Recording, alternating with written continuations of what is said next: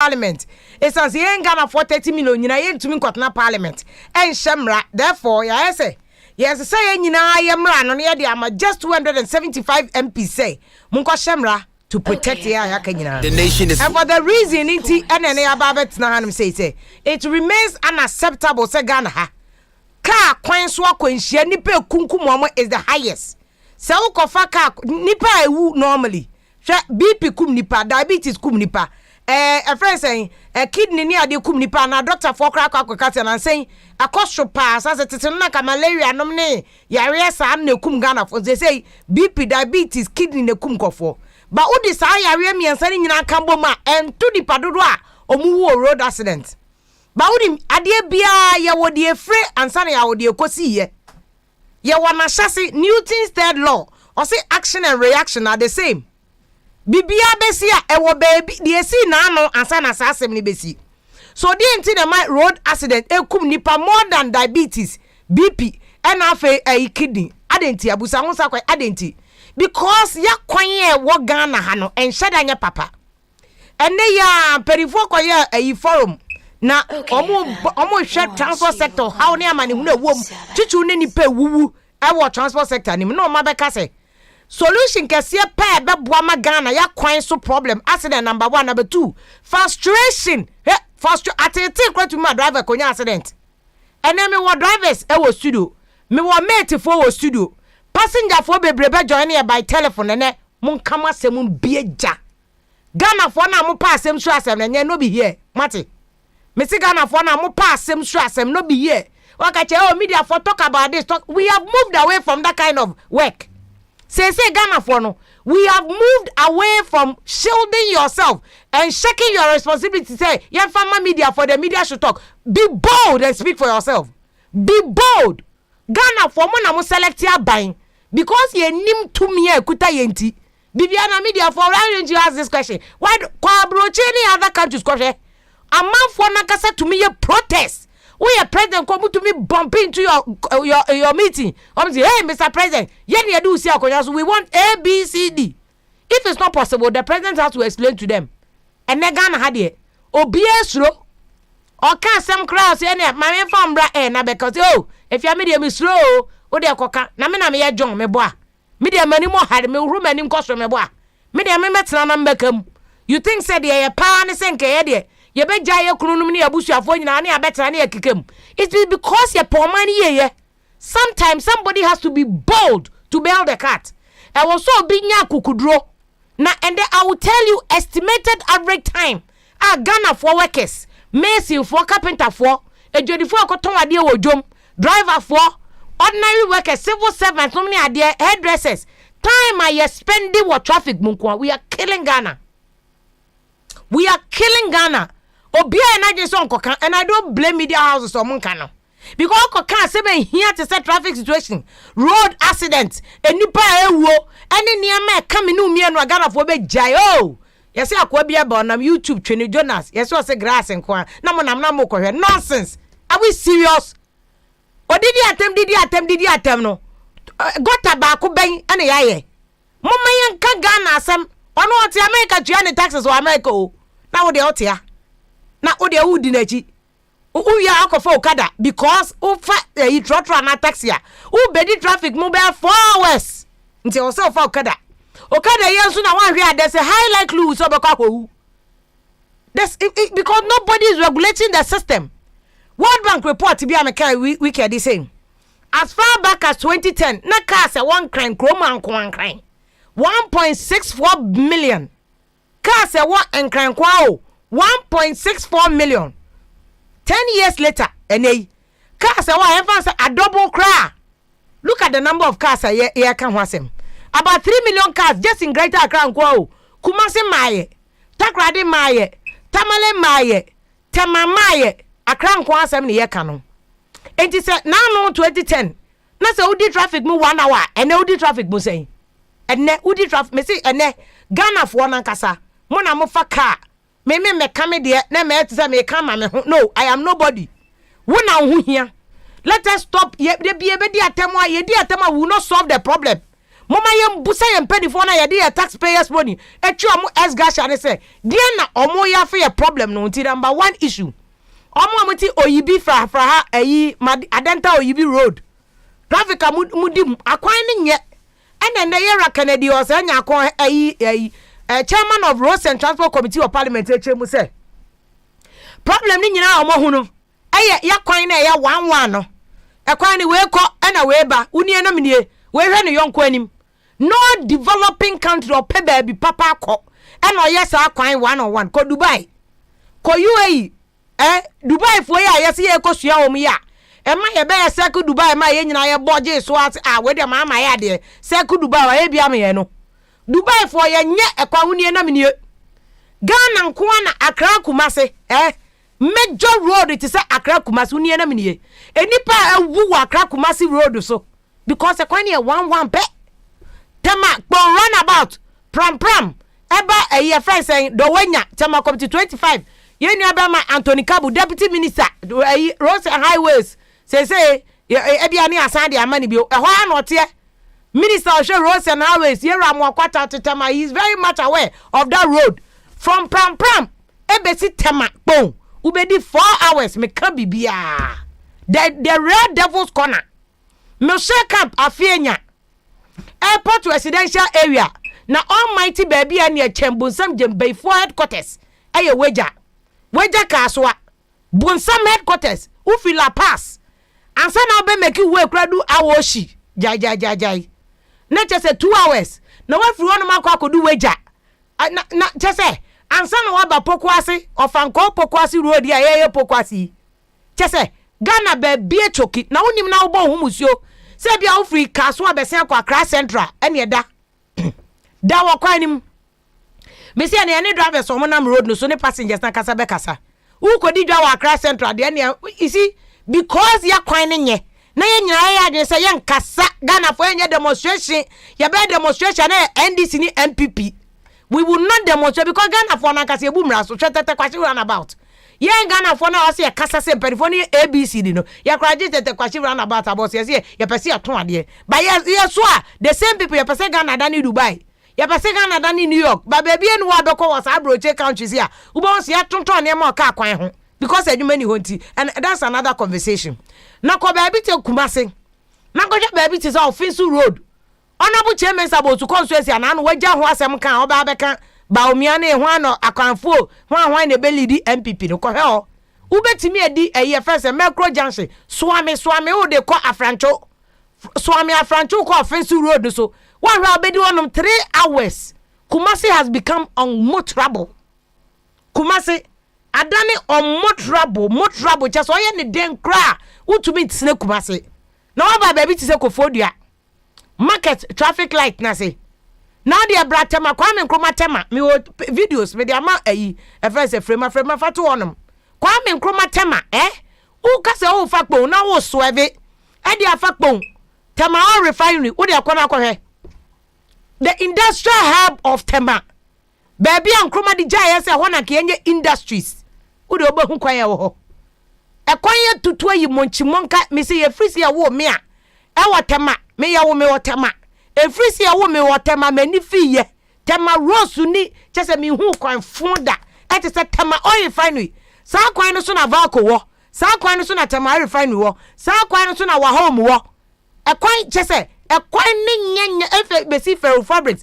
a beti Tema committee for runabout Valco runabout e kwan ni nye but ye won penny for Ghana ye twa taxes so Ghana na se ne wo mo am for mo ye ye o mo so e kire se ye be ja ni pekunkum na ye kum wo mo ya kwan ne so a age se ye dualization akwan ne ni mienu it is unacceptable say Accra Kumasi road ye 11 no kwa ofuri suhum na wo kwa e kwa ni Russian wewe ni nyina manaka tia bi te be de na ni penwu because driver na ni kum kakra na otefa kwa ne so okobush we ni we be hia obetia fa nchen o de be kwa koboni pem ya ni ekum ye ho wekesa ka oso mo kwa adwuma mo dwene magana man no o spend 4 hours e wa traffic ma obedu office na ni BP kosho minimum bi a odru ofri fie 3 am 3:30 am no wadware ne ma nketo o mo ko KG class 1 odi nkola ni nyina gu ka anim ube wo mo traffic light na nkora ni nyina da no wo ma no eteta glass no mu hwan krom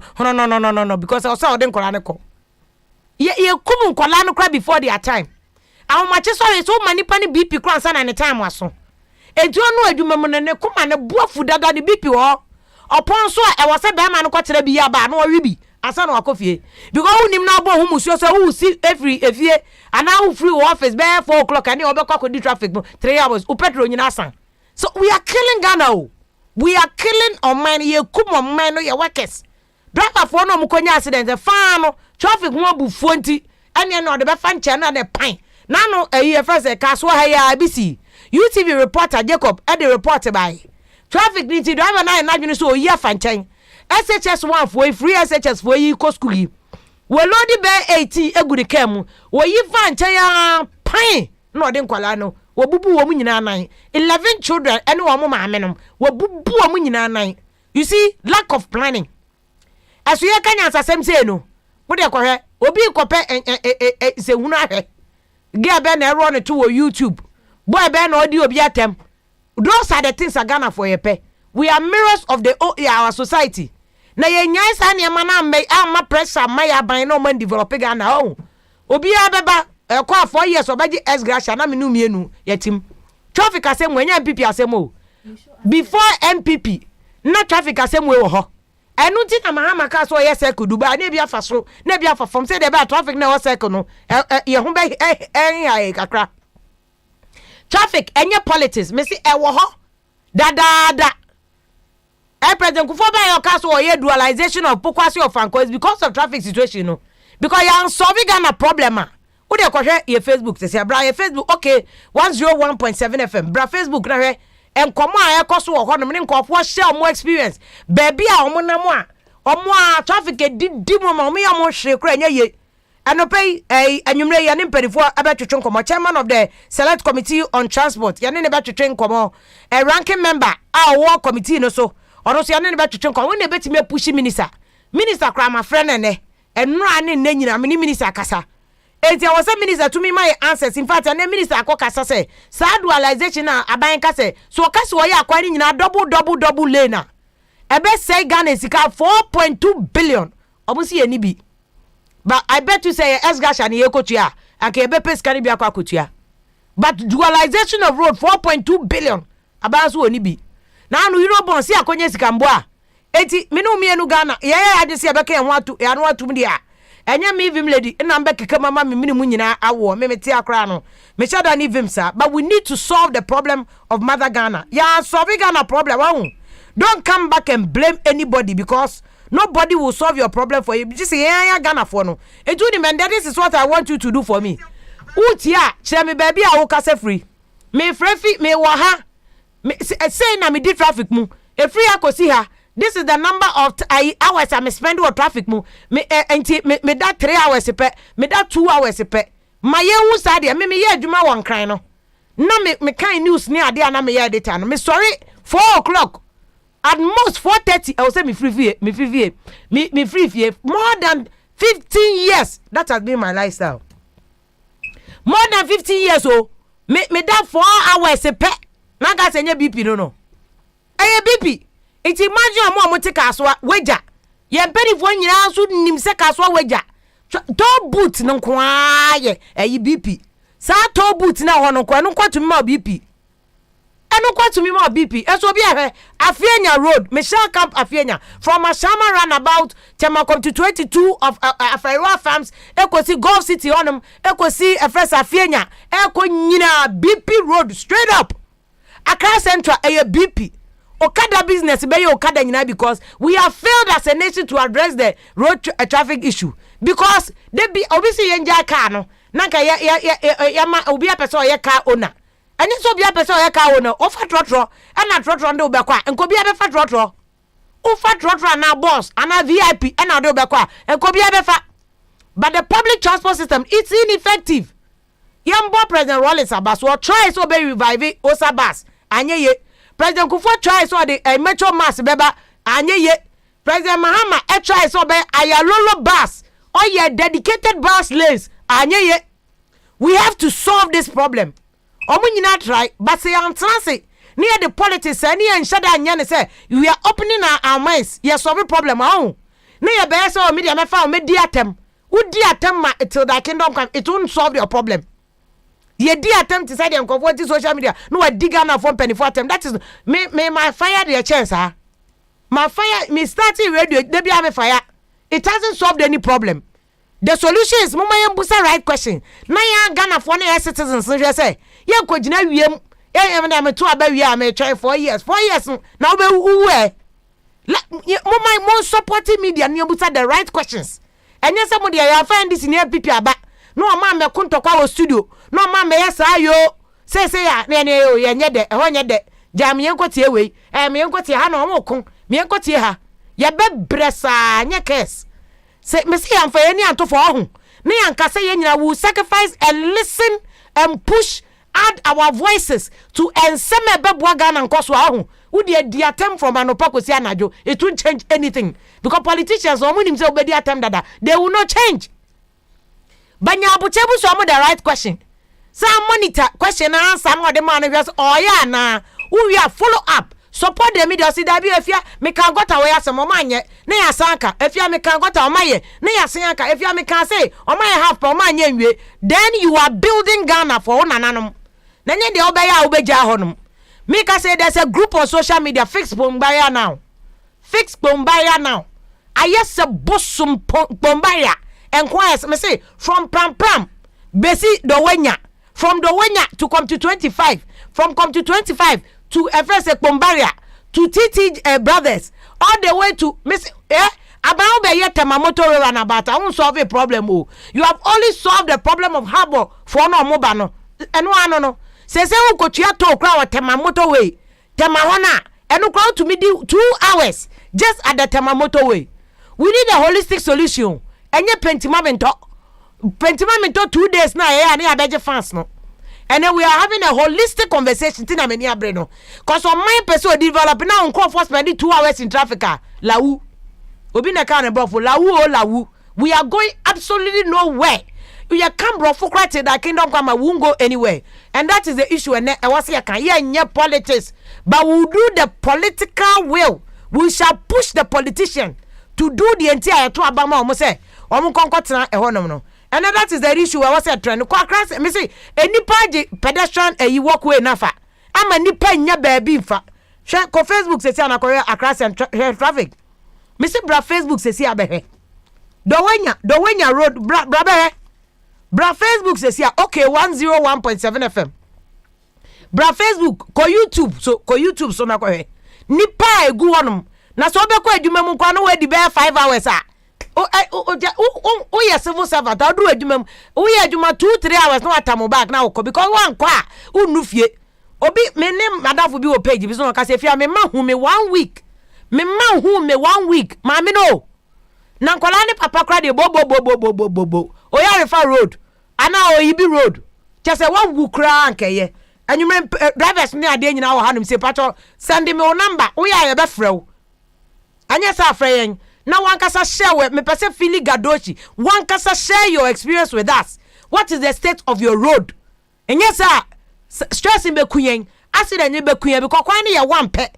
Obi abe swevia fanche okada force bekuyen. Let us say everywhere you go, ye one ye be wu because akwano. We all have decided that yen kasa ye be dim because to kasa obi the be politics or no politics ye be kasa. Am ye akwani eye. But omo me ye nyina conversation no send o number mami. Would inbox me number, you be free. Why inbox number now comment so you be free. You solve our problem because we can never turn Ghana into the next Dubai, the next Singapore, the next first Korea. Abra ya kwan no any ade nyina ye say ya. Ye nyina ya bo bibia apeso no. Issues be so trend and then NDC say Mahama didn't lose anything. So nothing discovers Mahama by contesting again. Here I say don't contest Mahama besan babio. Court dismisses application to force Achimota school to admit Rasta student. Obi say on the case court and can force Achimota school na ka Rasta fair akola no. Yeah admit no. But court dismissing application no. And a PNC so omo boil it. General secretary say flag bearer no. I diverted 10 motorbikes and 1 pickup. na mo cry the musical coins na mo ko PNC amanyoko. You can't hide behind engineers and explain political term doom so. E say dun kecha no akeke bia MPP for say. Mu to mean that technicalities kan ya na doom na eso a e doom so. Say ahoma o e grid ko cable so ECG cable so still e doom so. E say dun kecha fire MPP for pa. And I say dun kecha ask hallucinating or Poladuma chena. E say dun kecha nya no akeka na je kra e dey say he's hallucinating or so daye. So that issue is there. And we are not submitting a substituting macro for X. Free SHS assembly no buffer struggle for any say. O makwa kofa macro bia sardine bia ayedada e dey aba mo sinya no crep. High cost of production, main challenge of poultry industry, poultry farmers, and omo air complain, and a Sunday man so 6 suspects, omo breaking jail, Ghana so dear. Suspects ne breaking jail. I'm omo jane they say police for room. Say issues when especially doom so any say doom keti asem no trend papa. Enye asem ke 20 pacho. Fa o number ne send ye na fe ye mon komone ye fan sem ni nyina ma metu edwam mpanifo bi o studio ye de betu yam pacho ana mabobɔ mudin asende me odame pacho chocho names nyama me na ye fan komono enhye so ebi mu ka send omo message dada akuya nya akosi if you take your time to talk please share akuya jama on ka traffic muda. I'm passionate about people enya me de na make on ka me kon de akamada bankrofo traffic situation was here fire na yetumi nya solution. Adrantia Bakun Ofori Williams was the best solution in the railway sector, which brings me to one of the most beautiful conversations that may have this say railway sector no. Uri say jogate on no kuta blueprint to say ya pamono ya hono ya de amewuba ye be take amewuba 6 months and so na what railway sector na say. Railway ni there that I agree say that is the solution, but before cry railway no be ye adwuma no before cry railway no be ye adwuma no minister anaka say ya hono. Enti as a game of chess we ever break across and you want to because you got to buy no I started a railway line from Tema me am Tema way railway line can say that wa kofa action chapel wo motorway ni so kofa AFIA kofa ko si akosomo. I've seen it. Enti mentia say the entire friend saying Jogate Eddie Free on when he has started doing this railway sector no.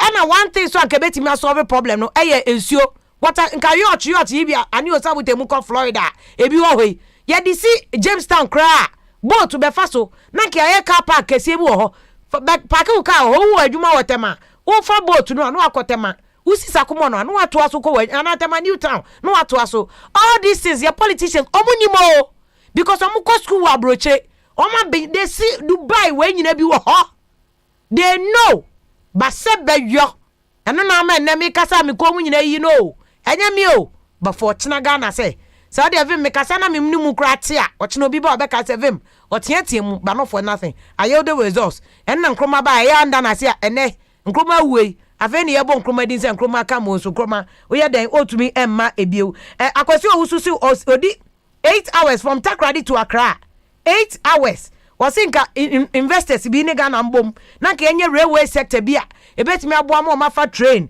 ana send a flight bi kwa na ne bo ofo a na nka work as a fan of the because 8 hours from Takrady to Accra party is unacceptable. And a Prince Blessmo was if you are a politician, so Prince will be anya useless, so don't call politicians useless. Mwana moto abamo, so don't call any politician useless. And Richard said this is very scary pa. If you know what is going on in Ghana, into your ministers omo mwayana traffic near this situation, here to me Soviana Joshua Avonu was if you are from 37 to Medina. It's mad. We are dying. So one can be on my end if you are you woo. The wise at the number, but the lame from Pana. Yeah, said in conversation about the video no so. What's your Facebook on man who said the for bread? Where a railway nibi and a year child tema as a pochana no. Now the reason why Sopochana is becoming unattractive. Train that tema to a Sopochana. And no kwa fa udi be 3 hours and sana wadu. Inti ya mfa high speed train ni bia mba. Onja Okada because of Okada from Tema to Accra obedu sesi a. Eti ni nyina ya asema ye beka ho asem sesi abedwoko na tena se. Ena wo mo ehwe so mbetimi aka asem no na chese ni nyina tumi aba send o message mame na yenka adanse fum so no see if what is going on crying Ghana. Nothing is going on. Ye ka se echi ho na ya ready na ebenya solution ena ama Ghana na ye nyina no yetumi akoyanim. Ana Daniel Ampoma Boaten or say Kaswa or see if you are Kaswa, Mr. Fremy. na menka kaswa sempa na if you are serious say traffic issue no any nipa to ade o ka kwan no say ye de politics aga na ye da what you say ye da na Prince bless mo say if you tie me pa ye leaders so me say omonwe ye ho menka say menka ma no ntum omonwe ye ho what you say na tell bane or say again we don't need education to change things so the law must work and one and now can the law must work what you say the law must work pa e wo Ghana anu say me say obi say that journalism is very funny na be journalism is not funny it's because you people have decided to be funny Ghana for na moto aba no mo na mama journalism are funny into mo pe politics all the media houses are giving you politics eti obi anga say the ebema solution you don't want it of Williams say go to booth ni crash should be automatic machine to say Europe enya afa na nipa betete no de ebema traffic no kra ati eno na ama problem no aba no your friends comfort and say shen no the next 4 years in the afia when you vote for Hope Siado oh dear one aba say enya bibi aban net wo kra ye hu ye ho ano benifo aka say wa anum say yera Augustine ankoma passenger Daniel Kwaku ni patete ye driver ni ani osabute fix bombaya now on the convener papa odi ano anya asem keto akra benifo mo studio anuma me mam good evening asani akọ select committee no members so ne ene omo atwetwe nkomo good evening ni akwa good evening. Sabo kode. You are. Ani osabute the other kele time because we could fear say akra undu. Just said the next 4 hours and say na wako. Because ani we are serious advocate. Obi say don't shout. Shouting is not journalism. Now say mo dey them here advocacy. Mo ti ask here. I got say Rollins buy no ko ankeke mo ankedu. Sometimes you need power. Boss, pacho wudi ne dey una ye passenger no ho. Aha, oni ye first Augustine ankoma no. When Augustine ankoma no mo o fie o line da he kasagu microphone mpache me line da awutu bleku kaswa aha kaswa from budumbra wo fa budumbra me boa yeah budumbra aha wona devil's corner no wono nyasam kotoa aha misa ni patete mba wona ya driver ni no so apply he from Cape Coast to Accra na me tie awutu bleku aha ne na enya ho ngro so kra ana ni osabute so o me dia akuteno pram ni Bombaya on Bombaya yeah minisa aye dede wo ho ache a hot stretch ni there enya kra because we say major road all the way to a major trade route and no crapo na e man here ya instance demo etne fa aflao to Togo towards Nigeria nkeka ho nti say even in terms of trade opportunities crapo for or mind beat is a Ghana crapper. Sa friends kwan no emma o arishim say bia o ye Nigeria na say of any of the neighboring countries are o do goods ebe fi ebe si kwan so ebe ba Ghana crapper be turn nkeka ho ebe discourage because it's ya can say is Ghana say you the after headquarters no ha which means it ebe opened opportunity for trade business or West Africa ha exactly now so me fan say obi odidwa of Nigeria no be no within Ghana ketwe bi ke be 4 hours obi bisa no sa dey na me dey business am won me dey ba ko ase no me continue me baby anansa me fan ko me fan du Togo na me ntwa so because some okay ni say ne ya na me say Twitter for ABA omo Twitter headquarters e wo Ghana omo fan crop for kra Africa nyina o omo bie ni ha na so bi we ka no e was so free akọ Nigeria okọ Togo ni ade na adwadifo omo ko fa ne ma na say waka cry because the last time me check a part of your advocacy so your nkofo nso do many bus drivers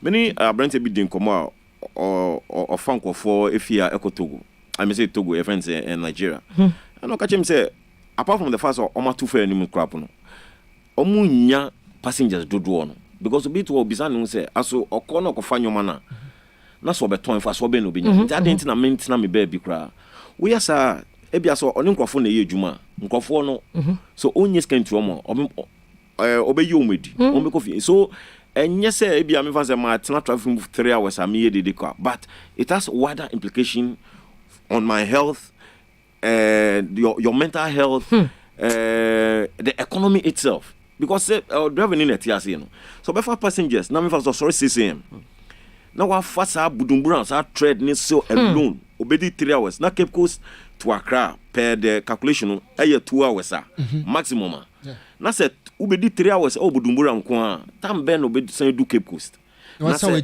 wasa west chiaba na so na at that time so maybe aka no kitanzanya ne dia o the master airtrain ni sales won kola o person educating nkola na nkola eye better than no but because of that traffic situation into no waka nti enye say ebia ye ka say oh traffic but ye nim infaswa traffic say who address traffic situation e de ba emo oman no any individual so na kan no public servants onu akodu office be say ebia 9 o'clock wa bre okwa akopendiso bebe akojoju no ba kan enye public servants nko I know a lot of people omu ye ejuma in the private sector they are consistently complaining because omu ye research now omu say it is impacting the way omu output crap we ejuma no etie na wa bre obi kan okwa na wo kontakwa the last time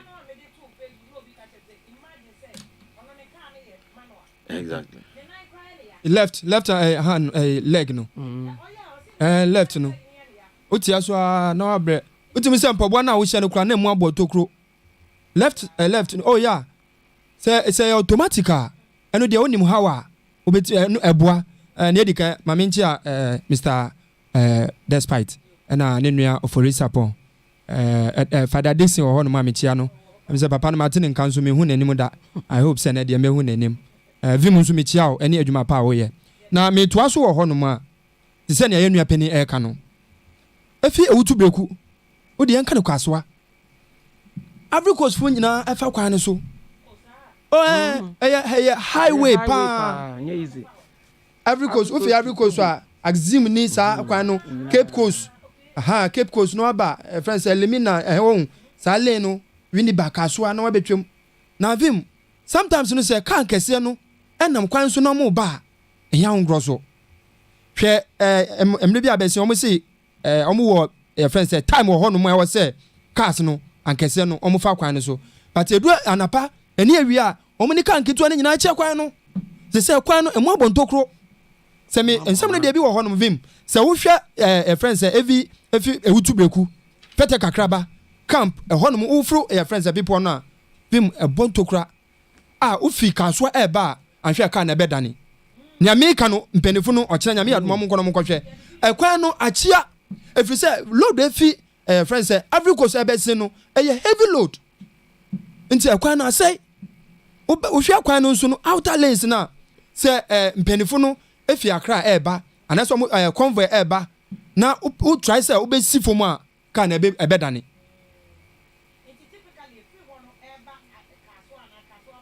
efi wini ba kaswa ebe pim bebi a President Mahama eye kwan ne du ye no ho no nyina sei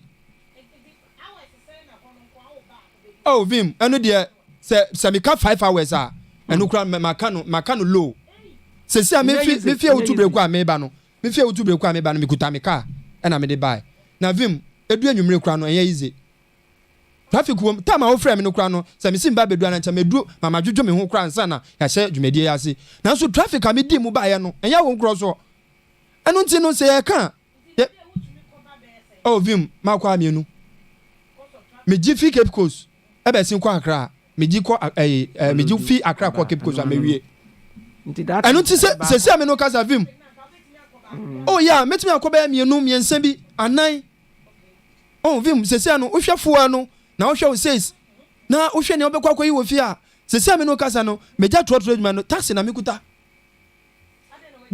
oh sikasem se ayedin fuel no ani says no hwe me hwe fuel no na me hwe says na emboa me mpese me ni friends what do you call it kawo na ntem no ebe ya basa me nim mra anase dachi a obeboa me nteba ne sa no jafo na meja ne kai si wo se me no kasa no taxi na mekuta nti udu ewutu breku fete kakraba kaso kakwaku nipa obi anemi taxi na meka enu nti no ye ka traffic eni ka ejuma na ayedin edi amaye enu nti se wonam traffic mu a utimi se okada obi an krofo mienu omutu okada so bakofo no to okada so president kufuo ebe ye kwan no 2003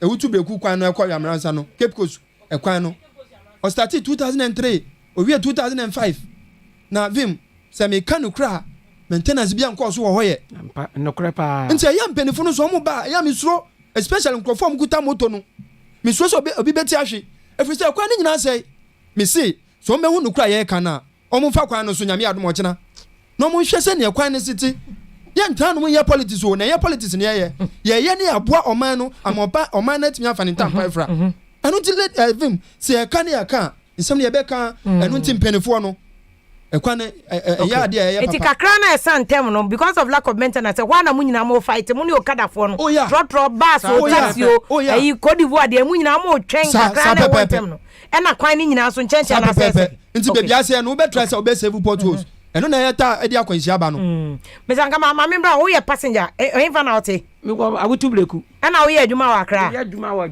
akra me koba nti wo koba nti wo so che situation wo ho okay the atiani say hours say na udi wo ho because me say o kan 5 hours now say o say an ordin enye easy 5 hours no kra me nya yi kra nka ba ho e kire say Liberia ho no Liberia camp ho no enye easy wo free la wutu Liberia camp ho no ma wo be mani akọ hospital ho no na a delay time no nko ebi ni free left ebi free right no ma be hiem e do megu ho no enye easy na wankasa ansa na car no start we say fete kakraba wo de beba camp ho no ansa na wa free camp ho no asa anso abakaso ano na be say 7 hours na wadi wo kwan so enye easy enti se wansi mu ntam wanforo ka be say bi a 3 ahomache 3 no wankwan kodu akra ntam a ogwa kodu akra no na bi a 10 11 12 na wa wo hwa ye di say ebo business enye ye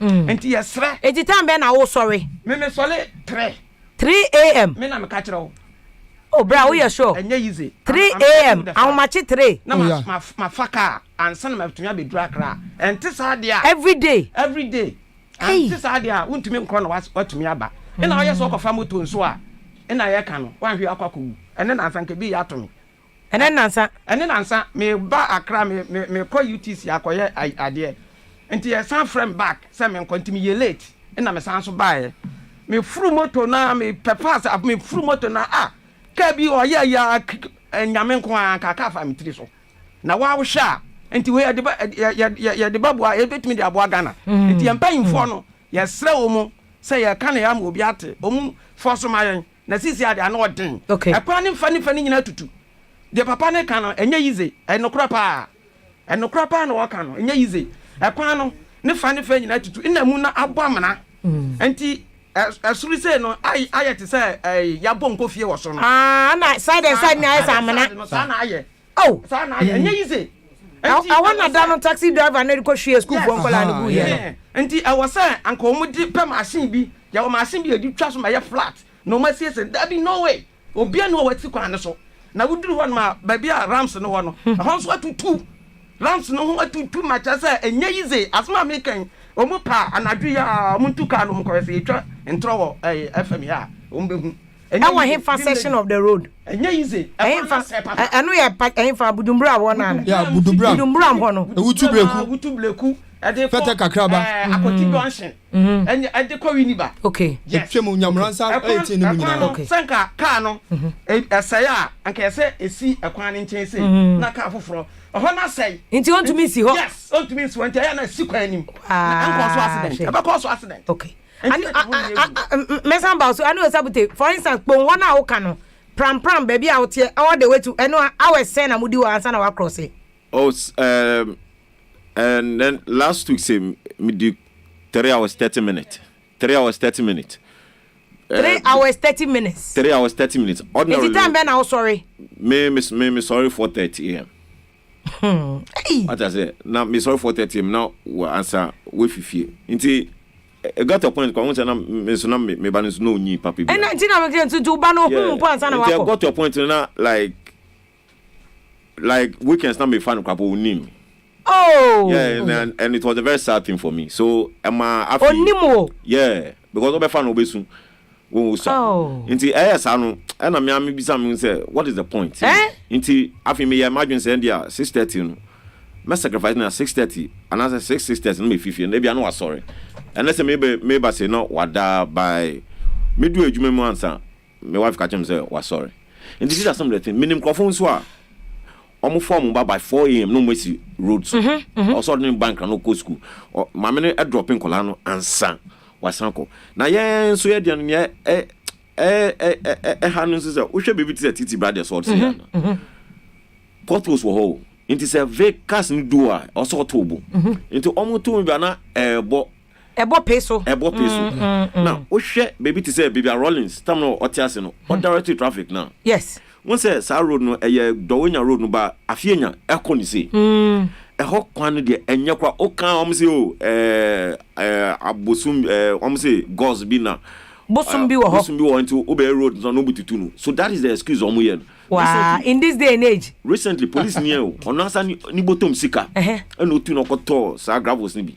At the level one. I mean, who? But Anchebia within a short time now, as I say, into Saturdays, even Sundays. Sunday, crowd traffic. Even Sunday and name Sunday. Now, me cat time be na the moon air voter region. A moon kai, Madame no, or can't go for no, or some could do who 11 p.m. Because of road. There was a traffic between Methodist Junction. I'll bet you afa. Because of what we so a boy piece come military men no omo call asociario said omo pa ba no obi agino nti I know what is the problem sir pram if Temasoga Copper Road and a pram no a womb they ne or how no because matisa wo kan se pomba we ho no because I want to do na mo na no me am be fa me nu me ho aswe me nu me ho e ho no kakra no because from and if no do me brown Udomi Abraham pa. Udomi Abraham pa. But understand say back road bi we chire wa.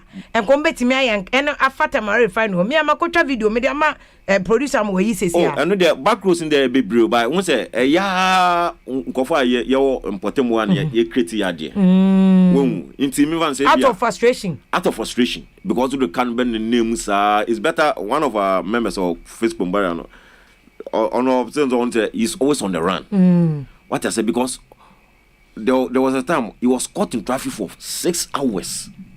How your doctor now patient a place less than 10 minutes obey me or these 6 hours won.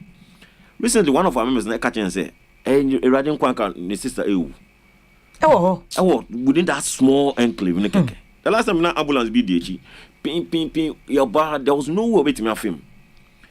Oko asia traffic inti enko embafi one so out of frustration now too. What you be go Kumasi because I understand say Kumasi so ame ho eko afrancho near the west. Confirm sending messages from Takrade Market Circle but Nanasa for a year no see if you Pombaria there is a mess. Just it's a useless and hopeless case. It's a minister na mwakwata tetema wambe solvia. Ya ka ontie na abante ba ko so if you Alex Kwame, see if you are the time come to 25 area is hell for us. It's just serious. Now branch back to onje transfer. No free tema. That is the solution. Yes, sir. Obian to me ent na honum. Na abrantia back Kofi J no case if you a good job pa, but if you come kwan, you solve a problem because this is just not right. Any public traffic more and ko beti minister time no aye bibi papa. Honorable Kennedy Osenya ko ye MP e wa chim so do say chairman of the select committee on roads and highways. Where the honorable e ni die mu pepepepe. Honorable nyuma good evening akwa so. Hello honorable. Now last week yes, it's Otemeka. Honorable, it's our traffic situation, and then it is some more car transport and wasem. And now, more can say, see a bit me solve number 1, nipe woo or car quasono. Number 2, traffic now ye kamuna. I was say, yeah, quite double, me was a son of one count meeting, I say. No, Nti bacho da ben amobe ya mayen. Yo, if you are the kind of mintia, what you for na agent, me na wa se. Ode me aba we show you so. If you are kwanja the efe. Ina the chicken area. No kurese o she Ghana bebe ya poptumi a ya kodua. Anke ya pan na se do so pa yi. O a country with a population size of about 31 million. Now, there cars do our memoir over 1 million cars. Our memoir. now here a road network size just about 78,401 kilometers nationwide. And I say, Honorable road, the mammy bill 78,401 kilometers. Both feeder roads, urban roads, and highways. The road network don't do a whole man. Now, your car, you walk, a woman, Obia, Namquire, to be not as your traffic situation, you know, dear. Until say a bay against say, the be creating more alternative routes, and now the be creating dual carriages on our roads, no major, no. Now, easy traffic, I can minimize it. Head-on collision accident on our road, no fear. A bay in the papa. Now, we are the car by Bayam. Now, say, a minister of roads, Quacosia. Omo, Etikabo say, critical roads are now the priority road project. As I say, you may be Mudua carriage. You can say from in Sawam to Kumasi, from Kumasi to Sunyane. You hear from Nkrai to Takoradi. You hear from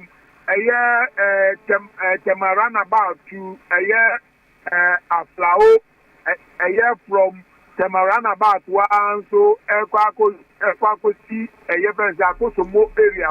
In Asia, about the BSP, the cannot have one. We need 4 billion and $53 million. And yeah, $4.53 billion.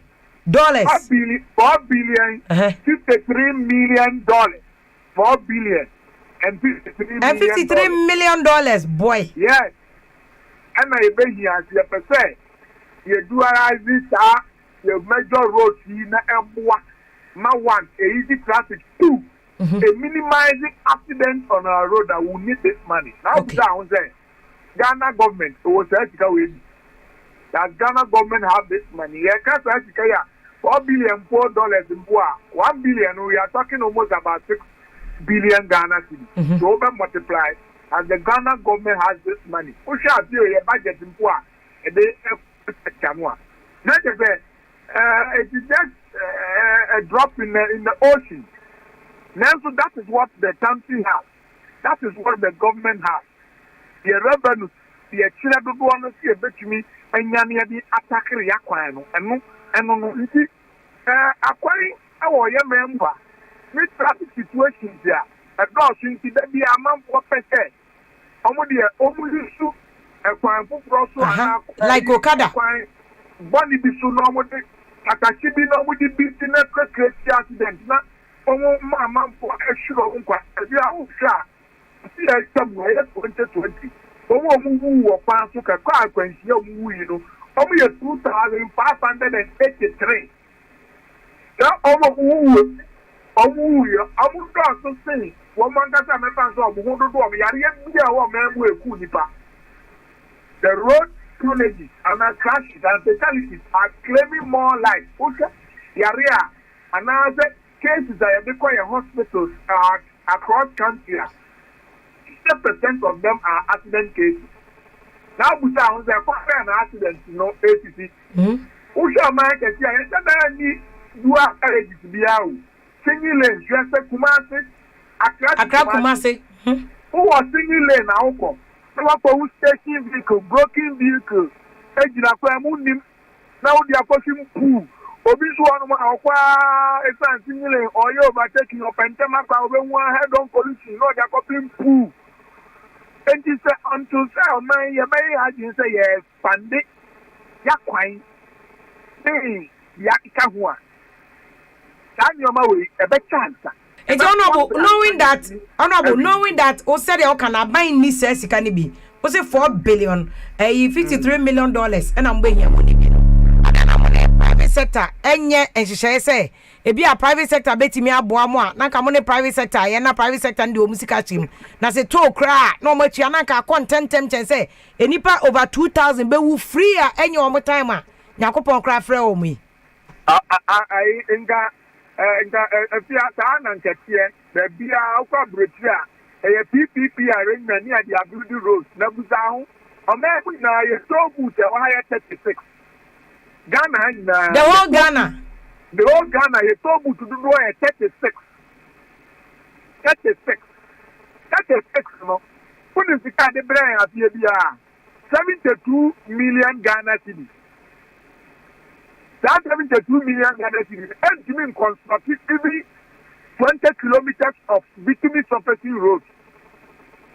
So 22 million and to mean yeah a grass. 72 now can it to mean yeah 20 kilometers road. And to mean yeah 20 kilometers bitumen surfacing road. And to me, I don't know if you can free. That 36 toll booths now. That 36 toll booths, you know. 11 of them, and I did almost about 70% of that money now. You 72 million. And in the a one, even try a or memoir. And so, Ghana is saying the lower, the least, the average toll around the globe, $1. I tell you what America. Put your father, Washington Bridge, Pastor now New Jersey. Put your letter honorable, no, the Okoka, Obisubeka say, Udibim, South Washington Bridge, Jersey, even from DC Crabba, New York, Crabbe more than 1 year bedroom $200 and something. Now, the tour. Flight to cry, ticket to crank, Kawakwaba. But the question is, so quite now on a bobo dinner, Nina, ya quite papa. Yet here drivers, the passengers here, or check our swap, or Mafa Kumasi Kwa Yuso, or Ibi Kwa Yuso, when you ask a quaning yet, it took us any penny to $1 to cry on chia, because a quaning yet. Honorable. See, I never quite one. You better then now, Uber Pasunaya Papanua Pasun too. Abano, a bon woman. Ababi aba we bi o ntira me kan da bi ase o man we ade ya se ya de ya amanyosam e wo ha apomudi adwuma suku asem ene akwan asem ensa se ya de ya amanyosam okrom ha this key infrastructure I am saying amanyosam we shouldn't politicize this in this country me try me nya kwan pa me paso sa no bi anya kwan pa o peso apaso ta pampa no ye di sika na be ye AFIA your man now, AFIA, Nina Mecatro, AFIA, Aban, you go, your Timbo, your Damo, your Oiro, your Canina Bomoa. Taxes are in your revenue, but a bicycle, being AFIA one in Samuno, I just 70 billion Ghana cedis. 70 billion. And that's 70 billion. I buy Baba to be a Edward almost about 30 billion. We are Messi, I have more film, Kuruma pencil, everything say, Yakoko, because you have to go and redeem it. I have 35 billion. And tonight, the air party says, oh, he says, 70 billion, where grant any grant, I see, I buy Amanonia bio, any donor support, just about 2 billion, all the kind of 72 billion. Oh, two says, that's a scare back and 7 billion. And 7 billion in road sector alone. Every year, we are building almost about 80% of our roads. The time we hotel Guso in the next 5 years here, at the road ministry shouldn't get anything less than 6 billion Ghana cedis. Yeah, but honorable, I say well, can you in fact, yeah, what and confess some more catches and canchos or money when you dada. But then no more question is say sika ketuwa no kra mo je I say 72 million Ghana cedis road tolls muno mo de den say omo ketuwa no de mo de ya say de yesu e kan talent na sem no ebe mo manya nkran hye so mo ntua mo but de ketuwa na mo je no kra even this simple motorway sika na mo je no kra ye hu renovation mo de ye o motorway na kasa so just boot na na de bia etre Debi amuye renovation obutu no mamo tere mamo ji to ni bi ka ho but the road itself no de ye che the renovation koso honorable honorable Nanka road to de ye see ya for routine maintenance not for construction okay just routine maintenance you be won amo tete takwan ho a the basically be the basically be the church of across the country because that's constructing new roads. And the amount rely on here rely on road fund so you can go through road fund about near to be here reconstruction you be here resealing you be here new construction and when you be here the through road fund about the attack to a Ghana government for the tax and next one will be a few or maybe ABF other count there the aye that's the kind of what we are making the every about tax the every road fund ever and so according yet can be out then. But on about the man tells that means said your case is scanning sooner. Yeah, who say, Bon, dear, Mobess son anytime soon. And I can't swat dear Budumbra more than for complain, best anytime. And I swami dear uncle for complaining because me can't president Cocate sword for swami dear. Just a year because all Casamuniske. Mutu me Bobosiana Moba. Yet to your mind in some. In fact, to be crack, I say, I buy Cocate sword obey award house. Or the be a cathedral near there. I don't know, says can you find quite ye. I can't uncle for who we enter so. I coming car was night. I was house, but you say Prince William here when you're the baby queen, the foundation, and the district almost about £750,000. And the Bama, the intended Auntie award house in the Ghana Capri in Meboa. Ghana, your commitment, you say. And a woman. But I know that okay. Now. Yes, the question.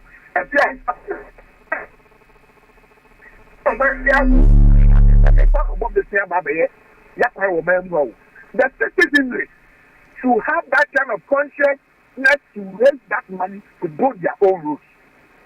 Doing about a business and thing that we say that the Baba Yakwan. Now, who know that Chateau Buta, who person carry the pressure. Now, this pressure now we see how much road, kilometers of road, and the making up build. We have to discuss it dispassionately. We have to have a national dialogue. Hello, Nabu. No, yeah, Accra, Cape Coast Road, or maybe the same thing, or the Kumasi Road. Now we're at the source. I wonder. Hello, Nabu. I'm say baby, I'll join Dan we Kakrani and Tunka. Hello, Nabu.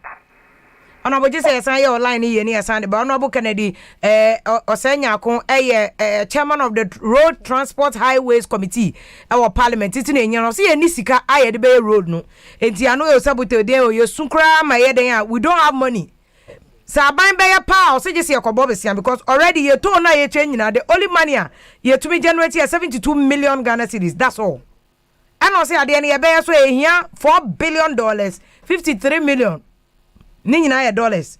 Enya say yentumi nya hwe. Etu oyibi fo, kumase fo, takrade fo. Complain na ye making na honorable che say yenya ka prege. Ya no honorable, hello.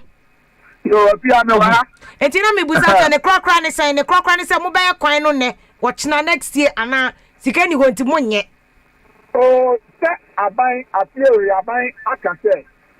Akwan a wo sha here from 2020 million this time no the focus ni say over completing the policy in the say appear and that's a new contract there unless it's a major critical situation and some a new contract then it's kana ya biama a ministry no appear and every road plan every ABF and every GOG and donor support bebano that's kana them some contract here omo akwan so omo ye because there ade abako e Ghana ema ye boka wo ye pan ho a bebrea ne say variation any interest on friends loans to a contractors akodi into the contractor no kesa contractor bi wa ma ne kwan se me e bia ye free e ya atimota call fanko wa ya no wagu first primary school e say otumi egu the second one ne be ye dene na gina ho ntutu e say so already the certificate no aba yika and 1 year, 2 years, to if government wants to do it again, for chance from. And but they have a river. Now, assessment na anka ne akoye kwan it that be amai ya bokasa because you need to get here won tie bi a contractor na akoye kakra na buy ntia o ti me free so onye contractor o ti ka o ti me free so ati sa buy nyes kama me ansa na metia makobo be say am abele bi interest because na kwa na sa bio you are witness rate to make me aka interfere government focus on say we are going to complete all the major roads that you shall see. Everyone so I did low no for a bit to say system motorway no to aircraft a year after we are better maybe a year central university in the corner. The Bamba is about 6 lanes. Ya this is come ya good dada. Honorable Pacho Honor to Bona Church because I one of the major roads I consider. Temasoga ko pe de na do wenya come to 25. Any Miocho Central University or the mobile and 6 lane. Yeah, Baba and 6 lanes, 3 approve the parliament, approve the Pacho Sikani is saying. I don't want the better mistake. I don't okay. Have the figure. And I'm Pacho more approve your more timelines. That ben I'm started construction. No, contract I know what side all correct. Honorable me who contractor bia. I swear to God, the name I may use to start road no. Me who contractor bia honorable. If you are contractor no will be Pacho all your train and boy. Tani bi na me dia ma. Mate. Canada last 2020 last parliament na approve ya contractor no e dia ma no of course it's about 17 kilometers. There was another contractor after the same thing so from Asiama roundabout 112 Sonto road no to tire. Asiama roundabout to here no about to boy. Asiama to here. Yeah, akoso mo okay. Sha he to okwan. Okay. And also you approve sika. Yeah, they ba be yes road no. I no so best start time ben.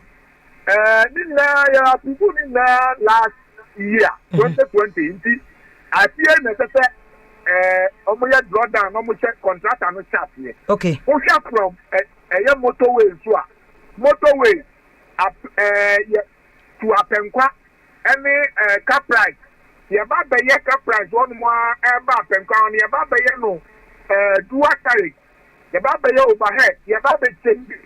Aya tete asi roundabout no ya ba be change ya be ye overpass no ya be increase. Tete kwashi no mo san be ye overpass ni bi ma fa tete kwashi no soro. Ya di ba be pass so fa apate ma ko ya sika ya ba be boka ne ye 560 million dollars ya ministry ya no man no contract and aye bi. Okay. And contract and ba be share sa kwa na. Ni na di epese ye na ye easy e kwa ni kakra. Okay. Ye ma traffic flow no akos no e timi ko no obi ahotan wo e nkran because ha untimi go create any new asset route bi ada ba bi have got an what is this so am down I think say who go tiri ama who have Ubetia compensation. Ye be high ye be flyover no money ade. This time here, Baba, these are big projects. Okay. Okay. The second year of road, you know the contractors make a site. Much just to make sure say to me before another grab of poor you can almost a better.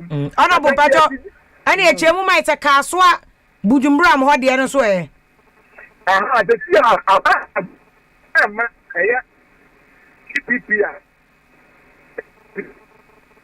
Hello, Honorable Danu, who ye na na pe answers pioneer bro. Yo, mo afede aba. Me busa Bujumbura ne kaswa de nso a traffic nso bo peso no. E no so mama contract na. Aba ye mpama contract aba eguso. Awo ye hu adwuma na me pesa me hwehwe. E crack na bi wa ha. Na nka mbesa me lele na me kira otunya me kira osika. Ebebo aba pe hia o de be Opa meti me ama time na ya san fra obi onu ahwe amount am because ye hia oyibi dodowa. Dodo oyibi road so. E kwa ne nye fra ha. Hello Honorable. What me say? Aha me ti unka. Adanta you know I dropped them. Ona we online here mama na we dey answers pa na de mama no but me online na ha me. Rafi de Misanto nka o si adenta dodo wa kwan no fra oyibi I can sign hybrid second phase project no 2 billion e kwati no mo mbre mu $600 billion pa ye tema ye de temale overpass takrade second phase no ye hear ni say ye sabe kan se kanu ne de ase eye adenta ho de eko dodo wa eye kwan ya me fi se enti ono bo se sign no hydro na ma adenta dodo wa de kwan de tia na tia me wa ama necessary Ghana government should look for other alternative routes and fund and the benda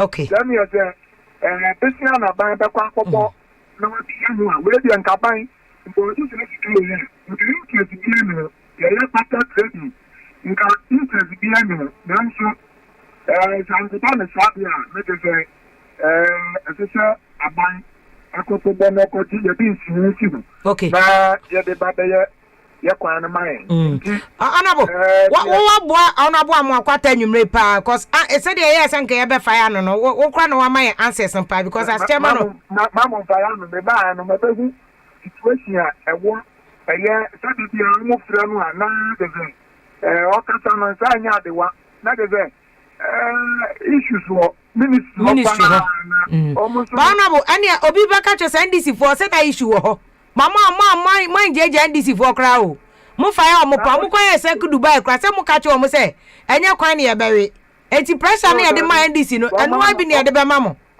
enti enye excuse honorable pressure ne de munim se ho dada ansa na mo ko pressure ne de Akufo Addo aban who say even 2021 kra was declare that second year of I want to pursue my Ghana for who the situation. Okay. Ghana for who can see me. Yeah, unfortunately, we are. Someone who said, we are quite the same that here. Okay. Okay. We need to let the Ghanaian people know we are giving them the picture, the real picture. Then Kakwaya and Ghana is the voice of me or man. The Biakwa in Gavin, Kiaba, yes, Aqua way now. Okay. I've been a bank of Bobby here. I'll be here as Aqua Kakasi in Azan Kwaya. Sure, say within 4 or 5 years. That kind of said. Okay. And also, I see a good question, Pa, because of my general overview. No, see, the whole Ghana, you know, ya highways, urban ways, feeder roads near there 78,401. And also a good question says, NDC Kaso Muyenina. And you're not but when you politicization, we have to say a solution. Honorable may no homeso, Patramesa ba hobio. Because me here Kumase, Minister for Parliamentary Affairs, Jemesa Bo to Swame, Mama President Kokase sword, me here answered the Ben and Bestate sa construction. Me here Kofodia, me here Takradi answer, Tipachomen do Mufono.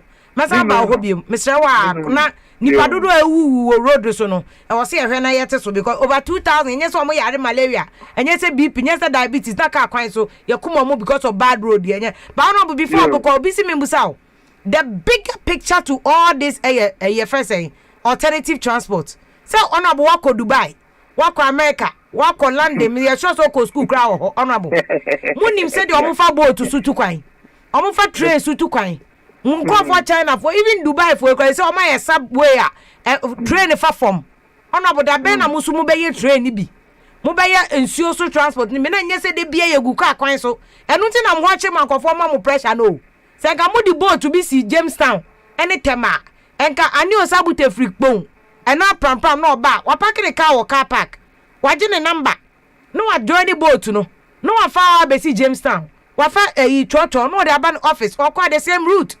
Sometimes I meant to be enka a driver si free Cape Coast or Mube. Ufa boat or Cape Coast. Ube si Accra Center. We see one for Okanu aba. But you a boat one abrocha coast could be one mu use. You will train a more and buy and no mu use to train. Our Ghana Takrade Kumasi bank crying. Food train cry Gusuba. Food train Egusuba. And then a moon share no more mukina. Na your politics na me na be a roadway na me na be a roadway any ene. Honorable, that ben imagine those alternative transport no. Yo, who is a yen and I do not buy. Who here railways here? Yeah, boy, who more than pa, ye make sure say.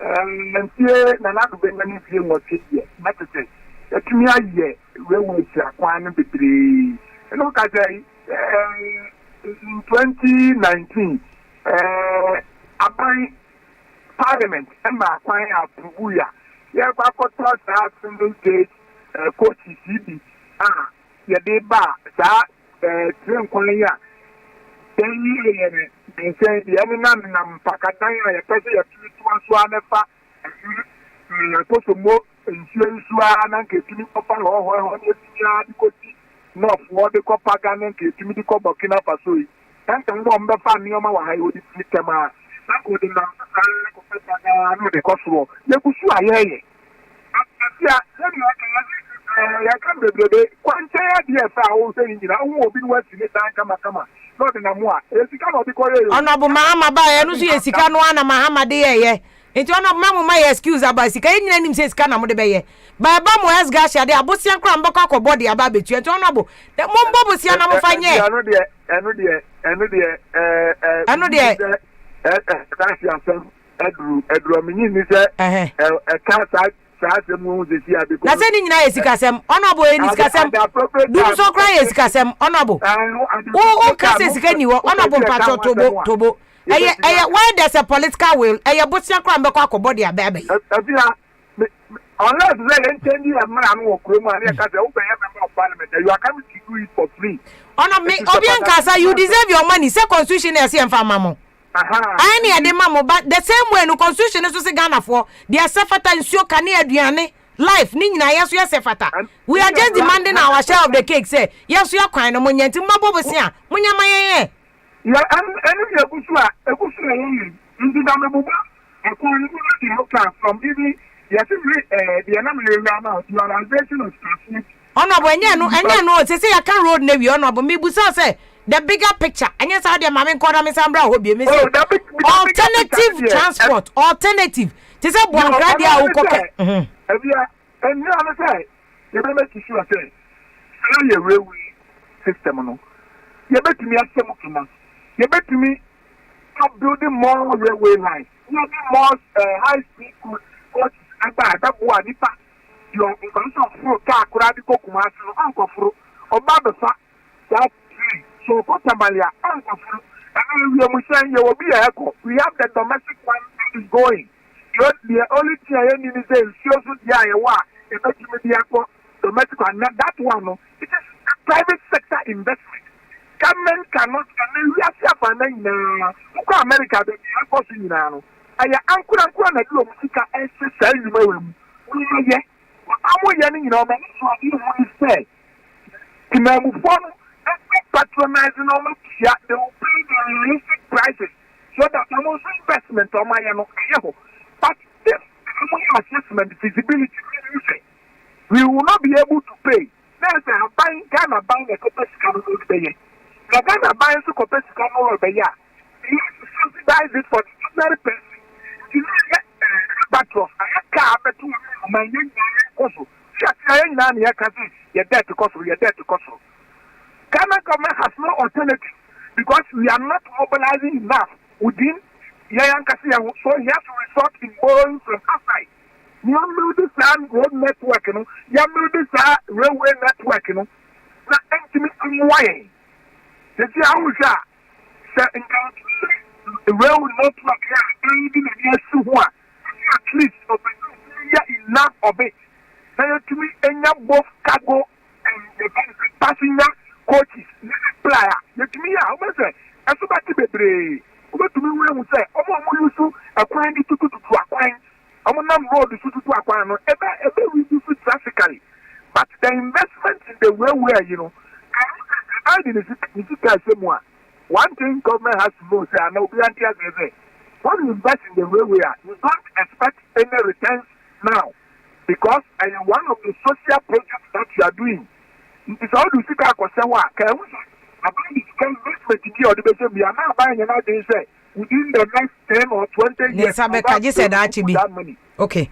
Creating that also as an alternative. So, my Kenya, you reduce to me use adult to coin. Yo, honorable Messan ba hobio. Said them kind Messan ba honum for closing comments. Inti mame for see anamisa Emra hobio. Honorable Kennedy o say nyako a chairman of the select committee on roads and highways and our mama sa enchechemu e say empedifo no studio asia. Patro mo amoya standby e wo phone so nyina meba musu sesi a ne animu nyina ma ba betwetwe nkomo. Ani o sabute yero ankama ene patro mati minister no answer so de ama no. Mo all right. Oh, what to road room? Yebekasa on kakra. Mbacho kasa. Amiti o. Am say Okano. O see Ghana wo hwe to a ye wona. 36. 36, yeah. 36. Na boa. Aye, o see 36 the whole Ghana. Na me wo kaswa utubreku kwan no. Cape Coast River Road. Cape Coast kwan no. Ma me nka ne sa. O fi Cape Coast ko Accra. To miensa e na wo kwan so. Ebi wo Cape Coast. Ebi wo Takrade Bipo so. Ebi wo ho. E na ye wo kaswa. Okay, ni ameka ni say ona bo ayade. Because me say ye politics ni ye. But ye say ye be ya timamfo no ye ho be han ya. Nti na ye kasa no. Eno nti say Accra Cape Coast ana Accra Takrade kwan. Na say to miensa na wo so a. Sister, ma ye hwe say sa to miensa sky. Enti me mfa mbo ekwan no ho ban ana. Then train some by your kind of okay. But maintaining quite a maye. Sorry, near to no, ye. Friends, outer lane, Yaseno, ye. Because we are Sana, and my aquano etcher, copy of Bravo Beniska, somebody by your aquano. Okay. But I make a separate. It is your friends saying, a crack tap de quano, that's your what Tommy and San was so. I then as Sassicano, never maintaining quano. And then see, honorable, a honorable Wakasa, I had pa. Na ombre biom na onchire ase. Okay. And mebusa no me call back and mebusa no question because you be call no abo agboja on na ranking member of committee no so you know no atwetwe nkomo o issue no ani o sabu don't say say contractor na site but o hu no wo me I don't me won kwa because come me mfa kwa ni so dem hu contractor yeah as and you know the funny thing is say me from even from TT Brothers all the way akwa me hu contract say ebia o chana contractor ni bana ya da na wasan atutu nyomo de kwa because me say be meeting wow so o wunsu ni me hu contractor but with respect to the toll booth now can say no even the toll booth now GG crap once the road the nature of the roads or toll booth ni no basa you say baby say police toll booth ni enye o share afie nyanso a the same thing. Now, me sometimes no when it comes to ABR developmental issues no, you guys are buying this cow. But as you say, oh, yempeja isikama MPCC ano. Omunya the voice bakobe ebe kasa. The S adi ya jitwo e wo memu say ye de yempuntu juma. Just recently, I think it was over the weekend before the weekend was the CDD for Afro Barometer report. Say Ghanaians are willing to pay taxes.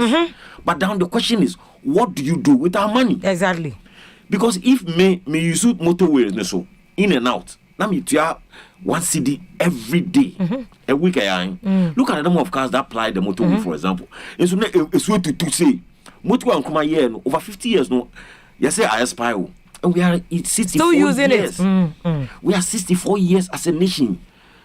You see independence think account. And so every day they say colonial shackle. So if at this stage, why as a country 64 years, work retirement 4 years, now unti micro and fixing basic things in your own country. Then now Oman accept a air coin. Because recently pram anymore. To say there was no street lights. Me did this a night before car be any accident. Because now tractor or survey portal and on the court jam my in color. Oh yeah. The following day no on be fix them. Into munya exactly. So where did you get the money? When you get basic citizens are not asking self fracture or fire basic menu any broad any tea. But there's so basic things are me basic so basic. And so excuse me say sikenyo ye basic for how long are we going to be told say self fracture? See and I say me kata na madam for Bobby ewu and I me call back me na me call ne all and I'm call far back when portable won. Me bisa me say eh e kan Ghana ho one. Me see this weekend me nam Oyibi road wa Oyibi road I just say ubenu ho say it is serious that Accra ho who carry themselves as honorables. maybe sometimes some of these MPs in respective areas, no, because yes, sir, you know, it's like citizens, you are asking us to pay. Now say, yeah, I'm a we not corresponding development. Now, because over time say contractor site. Me contractor site be. Say contractor no how much or say obiada no ba. And your but is it acceptable to you so say on be quite 6 lane? O say exact there normal can make I think on the 25th of August last year. And they did the short cutting. And on also I say Scour and I answer common kakan cry ye dinu so ya to say a BBC. But one say you get your point. You want to see the thing happening before because ampa. Yeah. Because at this stage in the word of mouth, they are say but this I think that this for now is the actual commitment we are seeing. But should not necessarily be on paper. We want to see the thing on the ground. Now, say within the 20-month period, no more crap, we shall endure because we know, say in the future it will be better. What you say? Because the okay, it looks beautiful on paper. So say Ashama Kosomo Hombeye, Ashama runabout near the car price a penka kombeno, a overpass, a tete kwashiosyon be saye bakwa faso di bakon afan chen as a broche scavengers no you. Wani na dane brofo. Ora John no say no or say Kasatenti and Toponko. Exactly. What you say? And Toponko. Okay, Mr. Nkama, mami tie also asane akokumase for Vim lady. The etiane say in fact Ghana for paying for omu sisi anything for no. Omu di abro pa no omu di e kire say ye wo sika betumi di aye say adwuma no bo sika no omu chedi metia na meka hwe nipa baako ne odutumi agira ho atoti pes be say 20 na say ni bottom sika de obetumi atona de ana na say wo konya sika no wa hen kana sika a kire say me amahu bi na ye nka e wa ha enti adenti na ekwan so Accra to Takoradi road say na esitie no. In fact, I say you, would the adacro, Bomodiana, Faso Kakra, Ubu de Ekano, and easy. A quana say, Papa. Well, nay, a more contract and so I'm paying for no magic j contractor for Niska. And Tiaquano Okojinaswa on your quan for Sapetin. I did chip not as I say, not I say. Not just say, winning in a second as a qua. Open the politics as Sagana, Mancana, politics and Domo de Sagana. That's so Obiba. Not so by a Dumaka Crabino or Copper. I was say. Will be twice on twice. That's what twice my bia party A and a party B. Into 1 year. I know that one say, not Saganeska. Until you best there Panagana Yakoyanim. Okay. A good question, Pana Ubusano. Good question, but my father Branty, Kwame Cranton, that could see if your solutions near to this major problem. Adopting water transport, ensure your ferries, speedboats, and many idea, and a railway system, and our trams, metro, any trains. I need your wife Oko Europe. Omo tram as a can ketenkete fa ekwan no omo ye say na fa mfimfin uko Belgium say omo tram no fa ekwan no road we ko enkran we ko kumas bana ekwan kito bi na ye won mfimfin omo dua as flowers no yes so endua flowers uko Belgium say omo the tram fa mfimfin nti eno no as a trotro be no na fa uko contemporary tem sa omo ye bibi ti say railway line ketenkete we inside as akwan no e fa so ko basa eti entumi nya bia na enti eno ne question ana ubusa na brantia no so e de na dwen cha about the solution no aba na mame kwa ma no so brantia ba ko na na jemfi e wo kumase na good evening anwumre business yeah me pa chat saying nyankopon adumo na kumase he na o free and no afija kwa brain no Damasi to be precise. Me krom kwa so kwa brain na o nam no se o fa so ame chemesa bozu asa na wakombo a me patro na kwa che me traffic situation no ne kai se de kwa ne nye e che me this is we do business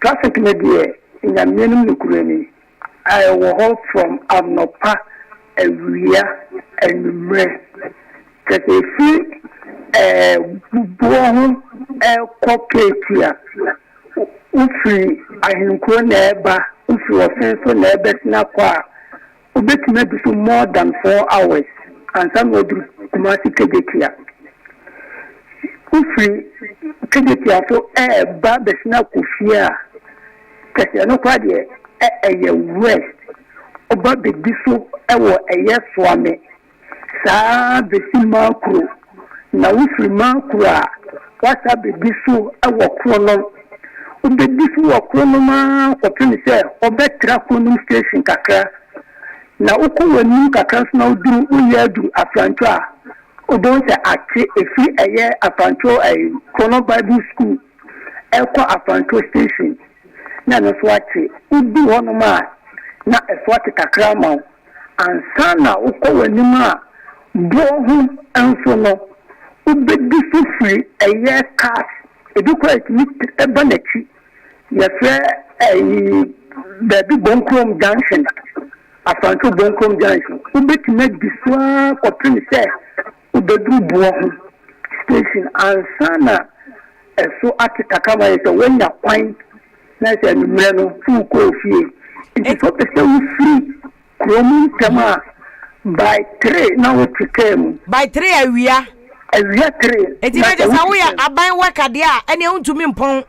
Baby. Okay, and by 3 we are no free wa ubedi mu be san ansa na wakwa kodu. Ubeti make before ebo be 4-5 wo krom ansa na wanya car. Emo be 8 ne be to 9 na ase na wo ya duru free. Ah, na just 3 na wo free on na o san kwasa line akwatwen car. Train dia ubetmenya kan tem kakra. Okay. Na no eye omelodu offense nko na krono. Aha. Akwamu nka ho. Okay. Usi afena na wo fa fofo asa to aso. Me pata o say. Usi krono ma afena na wo fa fofo na offense asa to aso. No kra usi krono ma se wan pai fenso a enkanka ye a ye ti sa akwamu ti se bo ho dana se kwade akom ekwa nkuna yeno ye be group case ya na omom ana se traffic nintino on pai ahenkro na wati ahenkro fe na wasi opai makru ana kronom enti wadu kunu no asa to aso to afranto from afranto no asa pai bo ho bo ho enti unya duru bonwa ansa na se na kuma tori ma apai kwade danase akom asana wenye bi enti aho kakra no wo kofi a o spend hours sen wo traffic na wo ba adwuma so a wudi sen wo kofi a wo bet ma spend be 3 hours ansa na wo duru fie 3 hours free afrancho ana kwade ebese abekuma se keke afrancho ni de wo bet ma di be 1 hour kwen. Okay. Eti free na wo be free kejetia ba de obet me the 3 hours free kejetia ko si kwade yes eti mpacho say anopa say na wo ba wo free fie be time ben say the ba wo ka traffic no mu anopa no I was say by 3:30 to 4 na udina kwa ho a wonya ka mpacho 3:30 say ahomache 3:30 ahomache 3:30 yesu ahomache 3:30 me say me dina ho ahomache me late me sorry ko dina kwa ho 5:30 am ka me hu no pa no I sa preview for ni bi no oduro no ma krono anopa no 5:30 am no or 5 krono ma ku on pa kejetia enam traffic a obedi so wo krono munti so en tout person story bank kan krono tema 3 na odina kwa ho na so what traffic ni nyina gu yo na we dey damages ye san to program we so ne afre kuma si meyo because we dey was yetimi butem ya be friends si na e serious ya ba ko no si say mo ko ni ba bia this a hwa no wafa this the main road no so I say pomfo dey di e serious pa o pani we dey emam kafra wate this meba ye abebusa MC no e be san to program we si ne nya answers because 3 am now your batting afen wa wo do be koja hwan 3:30 no no be fa ka we he na time be wapon we adwuma o civil service okuma se ya time be na abepon na che se work down no be kwa adwuma wutumi nya hwe no wasan fa back wasan kofie nya sa ai vrade nyankopon na mame na wase enwumere afia no smeta wa ka fra okuma se we mi krom kwan so na wo ka no nti wo me ni bre won so amani bre bo hon ya me ba yie wo ho me ma me ba ko afrim che se ni e be di traffic mu che se Mame no wase Monday to Sunday. Na no kra mabekam mane me boche mensa bonsu din sa. So because a share say fi so ame sa no waka. Yes. No waka. Mame no wase nana. Nana Jefi wo kumase no oche say ho de this of free fee 3:30.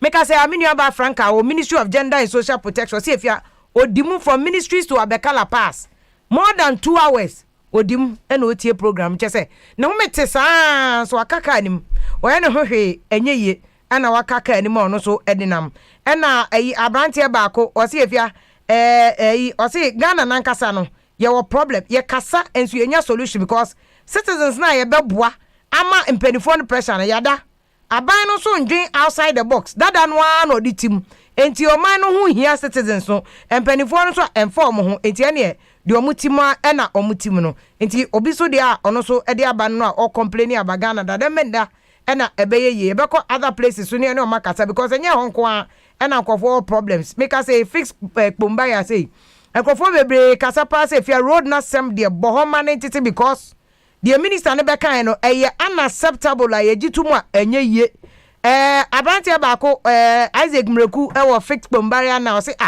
I am currently on the road. There is no contractor on the road. In San Fran Honorable Kennedy or say nya kubi oni amusa no abante say talk is cheap honorable to contractor no kire ye baby a contractor no woti ne honorable say nya kwanne waso be ye she rough e go for see amusa baby a contractor kro no wa o say contractor no was because face Bombaya road for no and they are very good. This is what we need from Ghana. Ni panika na wo check no ho. E ho na check for us. Na just say nyina ehun say the asem no etie ne baby a ni nyina eko it will be good for all of us ye be hu ensem ni nyina. Ye da se bebre. Ana yenya clarification na branch say award house na no president Akufo-Addo kokate so no. Enye Ghana for sika. Eti Ghana for sika ira o mo se maye mbebusa no ho.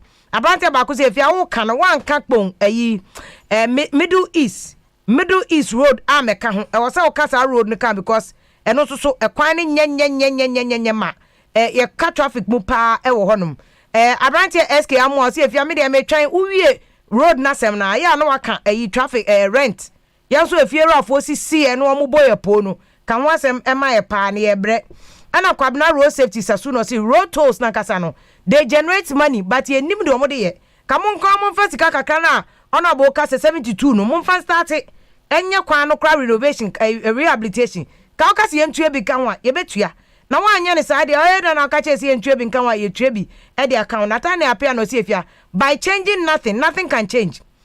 You see social media no cannot solve all our problems as a nation but self awareness where leadership starts eno na kebebo but unfortunately lo say our mind is lacking such leadership. Osi Ghana for them we wish him good luck cause baby amone nam ne de minyi ni say that kind of leadership no kra munye bi na minim se mbeje bi da achi bi mpo amomatimi asolve mo problem a and then him said da achi bi ntia ne me ame bompae amampa matter upon us efia Reverend Lady Yakopon sharp things are not changing na Ghana ne the road now can the minim se be change ya just say ahomete pa na Maureen Smith no see always preaching sense but obi betna baby no di watem because you are not doing politics and I say onipa ni aya nka onye politics na elikem kotoko no say if you can say no politics or transport then what do you mean? Because I just spotted this is a hypocrisy of a citizen and I was here to me the politics boom because penny phone on take a decision. These are political people that we need to hold accountable. And tinye niema nyina na beka say we dey no politics even politics mrem niemia omo boss no munye adwuma ne say dey sefata emaye pa na atagima no say all government past and present omo nyina omo gege bosiase de be kwan ekwan ne wen was it tema interchange omo kan enye ne pedestrian walkway ye kan enye ne unnecessary traffic nkwa because ministers ba omo kuta sare hwe no ma ba betwam enti omo no ni traffic ni muntu emfa omo ho what is happening to the ordinary people. And a Christian Techijan was it me ma deliberately my shada say me de me more techi mine. I met me sorry 7 o'clock. Na me use 30 minutes. Ade akọ dware no ma siesie mo ho no makọ adwuma. Medu adwuma 7:45. Mo amoti akra mo na mpe. Mo na mo ble. Ono so na asem o kan no. Masa, wo de wo choice. Obi wo no moti sa ni o sabute. Nya so wo choice o. So be ka se bia onye adwuma wa akra na adwuma na headquarters wa akra. Wo be den. Abekasa onko ye kokumase kosi e won krofo kumase e ne on bekasa takrade ne other places o munyina che se de wo mo kwan nyem patcho frɛ yen sa wo so kwan enya Ufre producer ye betimi ama baby a oso do de ne beto ne ye de ni nyina kan mo amona fofo wa ha nyina Emilia nyame na ye wo se afia pom pram at least just sa kwan no kra de wo so ubenya so much problem se meka kra me yare. It is sad. See empanyfo no bia bu nu egu na so nobody wants to do anything to help ye first the people. Susan Betty or say who say it again ofia kaswa de a big problem. Major toll booth no cry or one problem. I don't understand why the people responsible cannot just submit themselves to fix the road. Ewa kaswa ho. Weja nko abeti me di be 3 hours o weja. Ansa na walk cross yako wenim. What kind of online is this? I say this is unacceptable, but unim penny bi ante kaswa kwa ni sinti emfa no ho.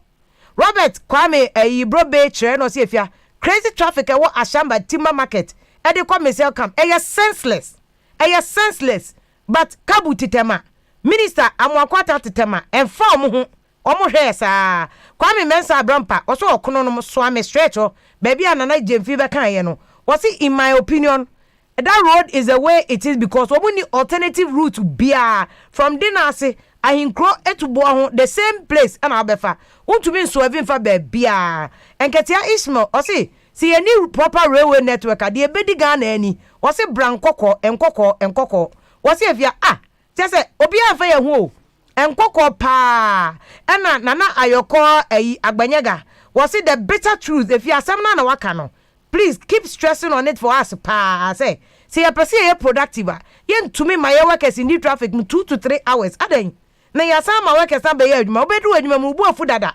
bibie ni wonu ma wo ye betimi ayeye nti ye leader so dem pa no mpese o yeye and Felix Owusu Boate no se afia what will this change bring? Sometimes I sit down and think about your leaders and say are they wicked or what? Ya kasa o si bebre awari egu o si ni neighbors bi say stress in traffic mu stress in ma me ne papa ne nkwala ni nyina no o ma wari ani o mu relation ayabasa and some penifronity baby they don't even think about the social impact.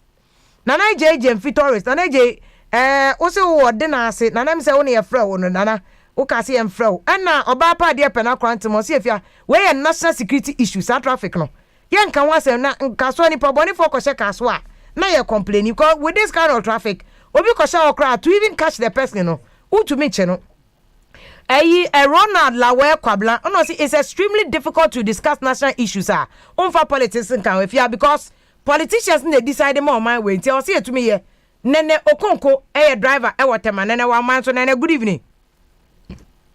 Hello Nene. Yes madam. Nene good evening. Evening. But who drive what area ben? Committee Michelle come to Tema. The devil's corner no. Yes. Chair situation is that the traffic near quite na enye no tie. Very bad. When you are going to work, you spend about 4 hours before you get to Tema. It's too bad. Just 4 hours from Michelle come to Tema. I'm telling you. 5 minutes, you know. Even when you are coming home, it's more wasted than going to Tema. So they need to do something. And what is the problem? The traffic situation is too bad. Okay. Traffic no is it caused by bad road and I say pedestrians nipa na one China and I say there any problem no? It's not bad road, but I think the road is too small. The road is too small. We need a bigger. They have to extend the road, open it widely so that at least we could be able to go to work. Okay. Nano Okonko, that is the only road that will issue me boy. Yes. Michelle come Tema or say 4 hours. Abranka road no 5 hours journey. 5 minute journey. 5 minutes. Yes, one can Yanante from committee 9 back Michelle camp. And you're quite here. Yanante. See when you're quite here wasn't a problem, but too much. We will find answers because like I'm saying, Minister no road central or Tema. So we to committee 10. 11 come to 11. Oti come to 11:10 one make SOS oti oti temani eti we get the answers why try to do that they do something about it for thank you Nene thank you Nene ati nka no na your friends owusu I say if you tafo pankro no anwa meduma to Mampontin road traffic ne nye kra what you mi krom meduma me ma me no dan na wu ye kra ho ne yesie no o se enyenyenye especially Mondays de na ya wo sa woda One sorry ahomache dey forget. Israel Jordan said was if you car swa especially toll gate no. Their driver need to studio hono can a troop one sorry 4 a.m. forget about eduma. Forget a crowd their friend didn't trust our yare. Nya dia obeti we nya time kra kwa eduma. Mouse J Idi was if you the solution ayalolo metro mass na ma ye no.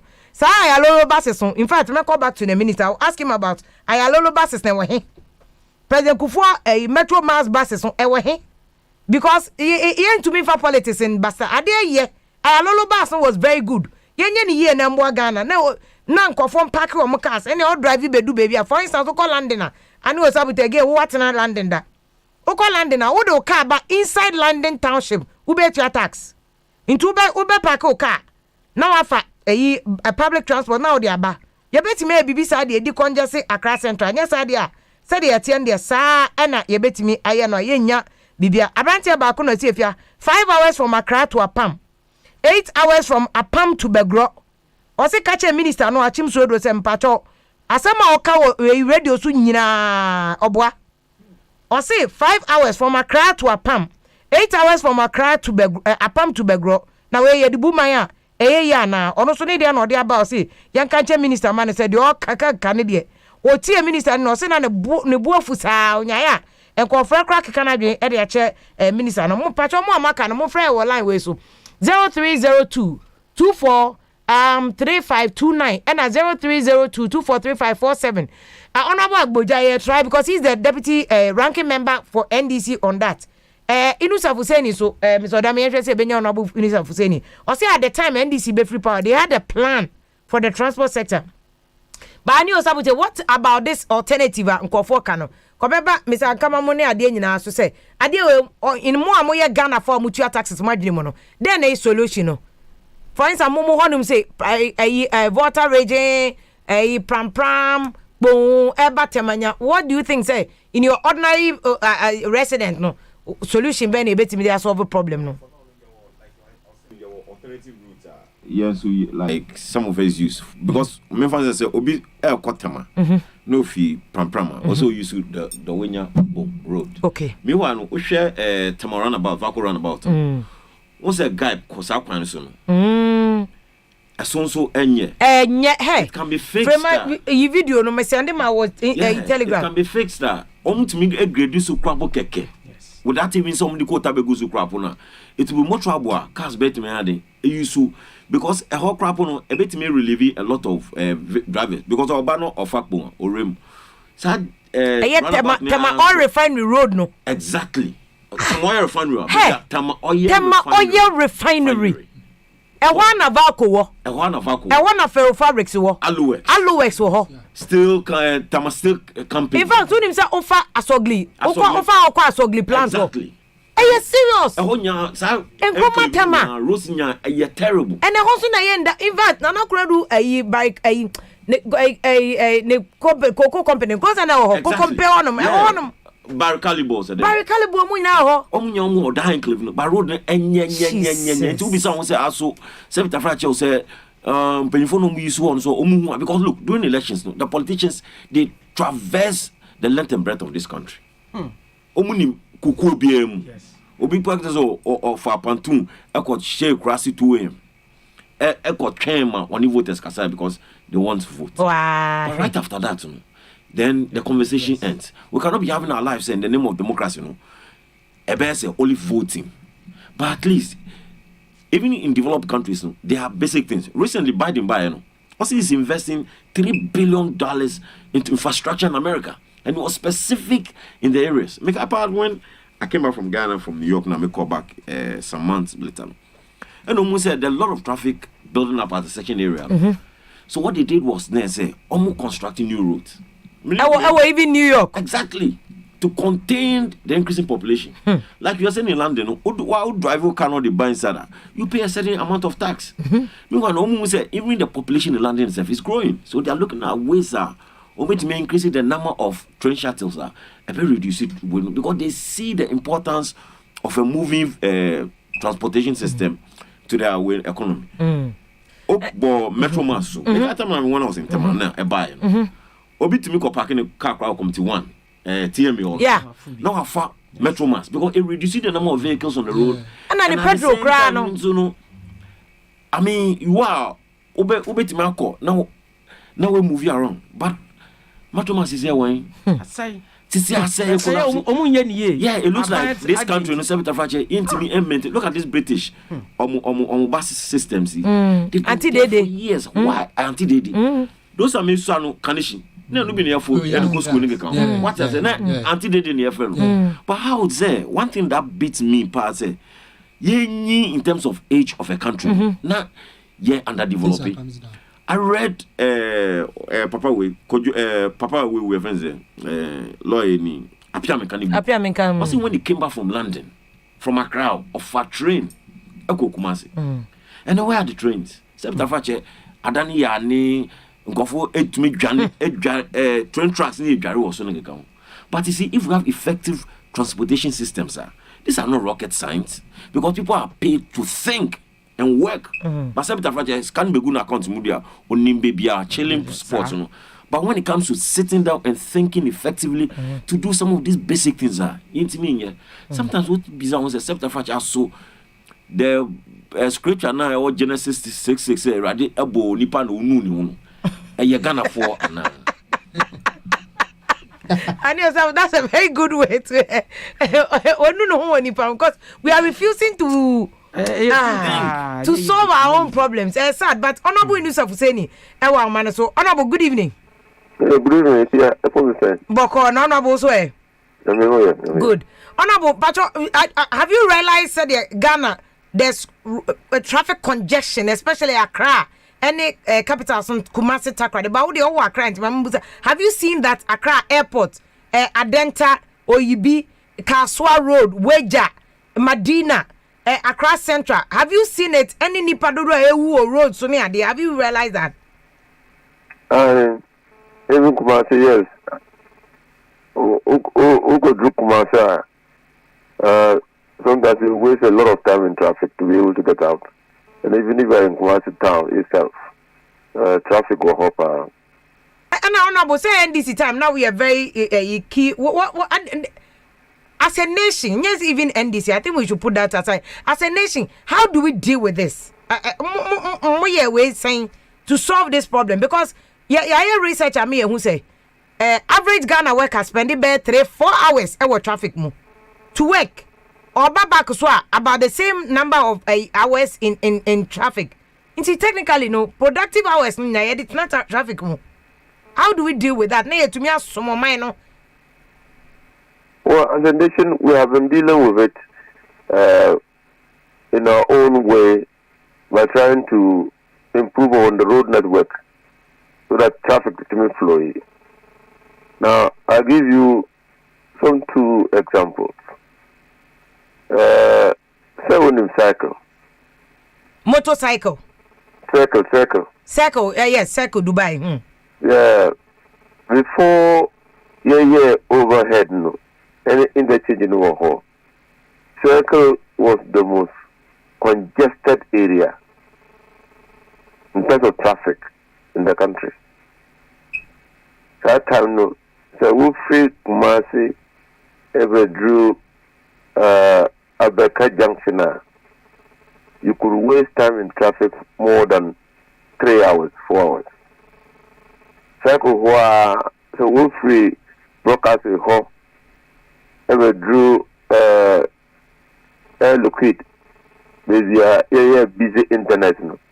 Yeah. Be able to cross over from that place to the new plant station 9 years ago.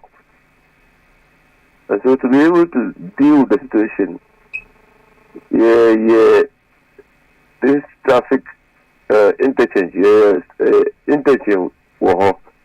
so that when you come, you separate the grids. The will free Sawam or Eba and I will free Abeka Eba Equaka. The traffic, your line doesn't mix up with a person who is just coming to New Plant Station to deal with the problems. You just go on top and fly over and move over the circle, move over the traffic that is doing the local round. Now, say, and that was the first phase of the interchange. Now, the second phase, no, far from the where Kanyano, we had the bridge, which we call the interchange. Yes, not the interchange, like flyover from Accra, Ediko, Fanofa. You see the bridge, that's the oldest bridge there. Yes. You see, flyover taking its base from flyover no ho. So that even on the ring road, Ediko, STC ho, Awudome ho no, yes. Yes, you no longer mix up. You don't enter the traffic and try to struggle for space with somebody who is from Abeka, Ediko, Accra. So that's how you did it. So see, if you get to circle, the only traffic that you might encounter, is traffic there, is local round. Okay. There, Omoko circle ho, Ekoyejuma. And that's where you you say it's a circle. Most start say most solve this traffic congestion problem no with circle Dubai there no. And only first. No, I'm just saying that. I'm just giving an example. Okay. I'm just giving an example. So, how we have dealt with traffic situations. Okay. I mean, even before circle, who call, in the past, no, around Sankara. Yeah, Sankara. There was a runabout there. Yeah. This is a runabout. This is a runabout. That was an attempt to solve a traffic congestion situation. Okay. Now, from 37 Junction, Ediko from Wine, Ediko Labone, Labadi Beach. Yes. There a single lane. A single lane. There dual carriage. And there is so true, yeah. Yes. All the way to Palace. Mona yes, I link no to Palace. Yes, and then to the motorway side. Good. Yeah. Now, Obia, the Oko, that area, including going to Spintex, you have to struggle for space. Now, so a point, in fact, the Spintex road, no, Spintex in the dual, you turn into a dual carriage. There is a point from Spintex, Ediba, Bema Camp, so that you no longer have to struggle for traffic on the Kofo road no ho. Okay. And they go up to 37 runabout and now airport area. So you just cut across. But honorable obi catch us any na short term solutions to because muni nyina my for instance Palace Mall ho 37 Palace Mall ho na say because of population increase no it was a short term solution say we call on my traffic ubenu all the way from 37 wo fast here on my bechiwa ansa na wafro abesi Palace Mall ansa na wa Spintex you can spend bare 4 hours just on Spintex in Keke before you even get to Nungwa barrier. In a short-term solution, traffic on our roads has a direct relationship with one, the prosperity of the nation or prosperity of people, and two, the expansion in population. Okay. And see, so who yet trafficker, who manage trafficker, you have to at any particular time deal with the population increase and the number of vehicles, the increase in the number of vehicles on the road. Okay. For instance, you can say from Accra going to Cape Coast, sections of the road ought to be dualized. Accra Cape Coast. Yes. Omunyan dual road. Yes. Okay. And then Kasa, so many 30 years ago, 20 years ago, no one thought about that. Because that time, no traffic and no coins be but but the traffic will. So you have to deal with the situation. And the traffic, dealing with traffic congestion or traffic on the road, no, comes with at a particular time when the population increases and the number of vehicles increases. Okay. Your friend of vehicle count. When the vehicle count, it said that you have to increase the width of the road to be able to deal with the number of vehicles on the road. And you see, because you are looking at, when you say somebody in the studio was talking about Abuchi. Yeah, so why is it that every now and then in Abuchi you see that they are expanding the road? It's a population adjustment. They are adjusting to the population. Yes, because the population is increasing and they are having to deal with it. And the honorable, the question is, are there the other day a train chrono, for instance, Kaswa wager ebenyi before we attempt to increase at least road accessibility to those areas? Because they say Osha Kaswa say a road no, Nipana Bru road no so. Osha baby ana ni osabute kana temak bone pram. Who's a teteno no, but now when you farmlands. Say when you real estate, even Central University crowd honum. So Nipana no a Bru road no so, and it remains a single lane to today. I'm a my POKUAA say. First, na nipa nte ho. Na won nyina ye te se rural Accra. Say konfo bebra kwat na omasisi estate ni ade wo ho. Oyibi dodowa na nipa nte ho. And the real estate bebre wo honom. So the population ade na ye twen man pressure ban san na ye road access. Why?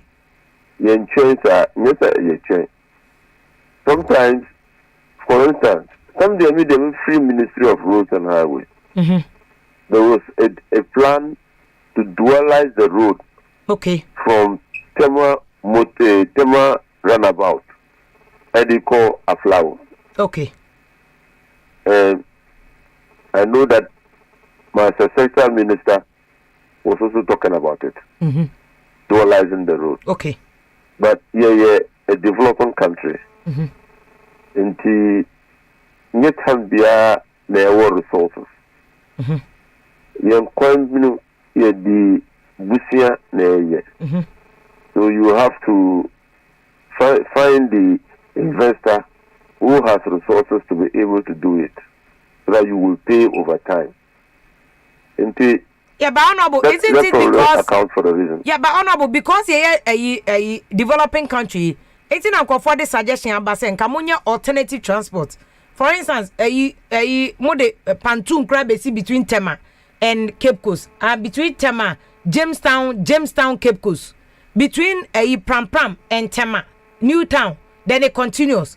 Between maybe Tema, Takrade, some of the basic areas are congestion can be solved in Cape Coast, one call no Muko school. No. All they have to do is take the ferry from maybe Tema to Accra, and then Accra people will join to Cape Coast, and then they'll go to school. You don't have to. But honorable, so you are aware, say there's a ferry between Dambai and Krache. Yes. And there's a ferry in Marine in Akosobo. So we can bring a ferry between here and because I don't know best solve the problem. He says, I find yes, I call you Bosia to do bear 4 roads. Bibi what that would have solved Tema, Accra, Cape Coast traffic.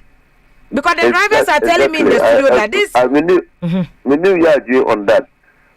But that is a private sector led activity.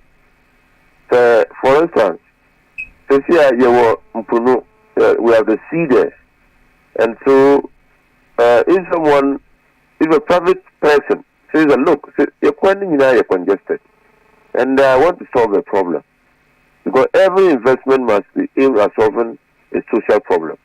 Intermediate, maybe pontoon, so that the pontoon will be operating along the coast and ensuring that it moves people from Accra all the way to Cape Coast and to Takoradi. Okay. So yes, and then we ourselves as a country have developed the intermodal system, Accra intermodal system. Into the railway from Tema, Edeko Akosombo. We know that say a 3-year railway no. Walk through Akosombo, you can ferry all your goods by the internal lake up to Yeji. Mm-hmm. So it frees up your road from Accra, the central spine. That is from Accra, Kumasi, Kintampo, and you will only be able to ferry your cargo again from Tema going into the inland port. No. Okay.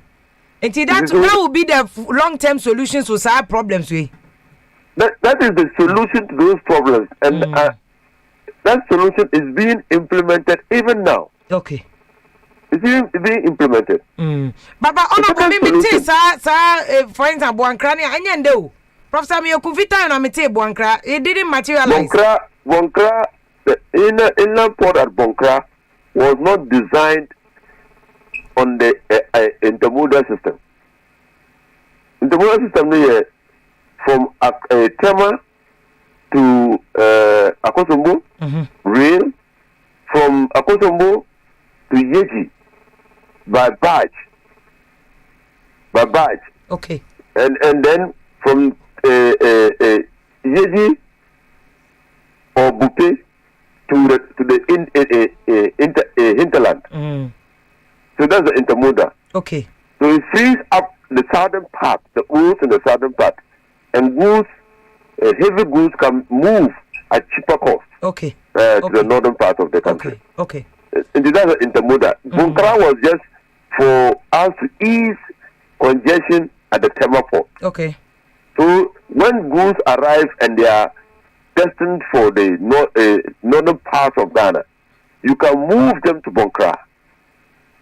And from Bunkra, the processes of clearing the goods will then begin. Okay. And the ports will become less congested. Okay. Honorable, all these are very beautiful ideas. The question is Dabeng, ya can't from and I make us a Professor Miyokuvita time. May I was part of a delegation. I was covering the ministry. You go all the way to Burkina to go and discuss this with the Burkina government. Yeah, I think about 3 times by road. We went to Burkina. And Professor Mikuvi started with this as opportunity railway line. Professor Mills by 2 years or then they lifted it and did a better job. But railway train Nantia. Ufa train now between Sakumono and Accra. Who use motorway? You would have gotten to Accra long before our train Accra. Ebedu. Honorable, you have the solutions. What should be done? You have lived abroad. The systems there. We all know. But that bay and a Nama workers so to me are contributing their quota to building this nation and not wasting our time in road traffic accident that is killing us. Any traffic, unnecessary traffic. Honorable, see that bay. So, it's true. Say, for a country to develop and progress and develop, you need multiple facets of transportation. And America offers us the best example. When they discovered the internal lake and developed the lake, most of activities in America itself was done on the lake. And it becomes cheaper. And yes, I agree with you. But like I said, maybe we need to prioritize. What do we, to be able to develop now? At the end of the first. For instance, as a road minister, my country also. Our roads do not last the number of years that we expect them to last because 97% of goods are moved on our roads. 97%. Now the goods, when they move on the roads, become more expensive. Because whereas train, the head alone probably will be the recurrent expenditure, fuel and maintenance, and the maintenance of the rails. But a train can carry goods long distances for, in about 1 mile stretch. Your bauxite, two, all go by road. And how can a road develop to carry, or build to carry a light vehicle, carry such heavy cargo? Okay. That's why it doesn't last. So we know that. Before POKUAA roundabout Edico Port, before no year, the road did not last 5 years. And lasted 5 years, cry. No. Because of overloading our cars. Overloading. Oh, okay. Yes, build the port, all the boulders were moved by road. Until the amount of money that we sank in building the road, didn't last a lifetime. Didn't last the number of years that we wanted. I see. That is why everybody must be interested in what is happening in the railway sector. Yeah. If we are able to develop the railway and connect it to various parts of the country, I mean, it will reduce the burden on our roads, and then also make the transportation of goods cheaper. Okay. It is not by accident, sir. When the Europeans came, only a railway. Watch the railway. The railway was only going to areas which were exploitative. The timber, you will go and take the timber and move to Tema on rail. Okay. The white man did not, or the British colonial masters were not building the rails because they loved us so much, but they were cutting the cost of transporting wood from the forest area to Tema. Okay. And that's why the railway line originated from Tema and ended at the forest area. Okay. Or even look at the exploitation of manganese, bauxite, and whatnot. The railway lines then started from Tema and ended at those areas. Okay. Because over years, to be able to move the raw materials to the port. In fact, honorable, the okay is true because we say railway line and water man and they exactly at the port. Yes. You see what port? That was the intention. So it is not left as an independent country. It is not left to us to develop our railway line in such a way that you use one for the transportation of people, the movement of people, and also goods. That is left for us in Ghana to do. Okay. Now, but that is what, unfortunately, over the last 64 years, we have failed to do. No, but if you are to be able to make railway lines to be productive, you need to look at areas which has resources, and which will also carry people. But honorable, you already know. Into this one, there's no rocket science here.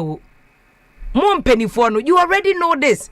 We have bauxite here, you know. We have timber here, you know. This is where the railway line should be connecting. You know already, honorable. So what is stopping you? And then Esimu said, after Nkrumah, Moama Bani Nina, NDC MPP in particular, because you people, the two parties, Muna the chunk of the 64 years. What at the end I'm going to me fix it. I'm not holding brief for all of us, or both of us, or both parties. I'm not holding brief for both parties. But this discussion, is just to throw light on the problems confronting the country. And probably how governments or each government has tried to solve the problem. I'm not saying that Timmy has solved the problem. I'm just trying my possible best to explain the problem as I saw it when I was in charge of the road sector. Okay.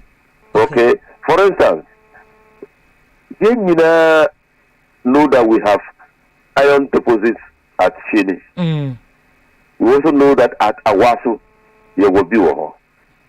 Now, if we are looking for an investor to come and invest, if we are able to develop a line from Tema through GYASO to Shini and beyond, all the goods that pass through the central corridor to Burkina Faso and beyond,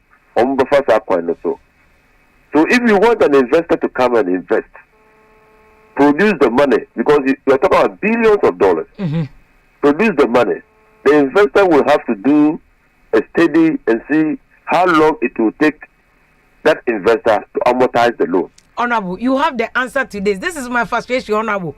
Between you and all your brothers, you have the answer to the honorable. This mathematics way, Munimo, amortization, you do it in the road sector.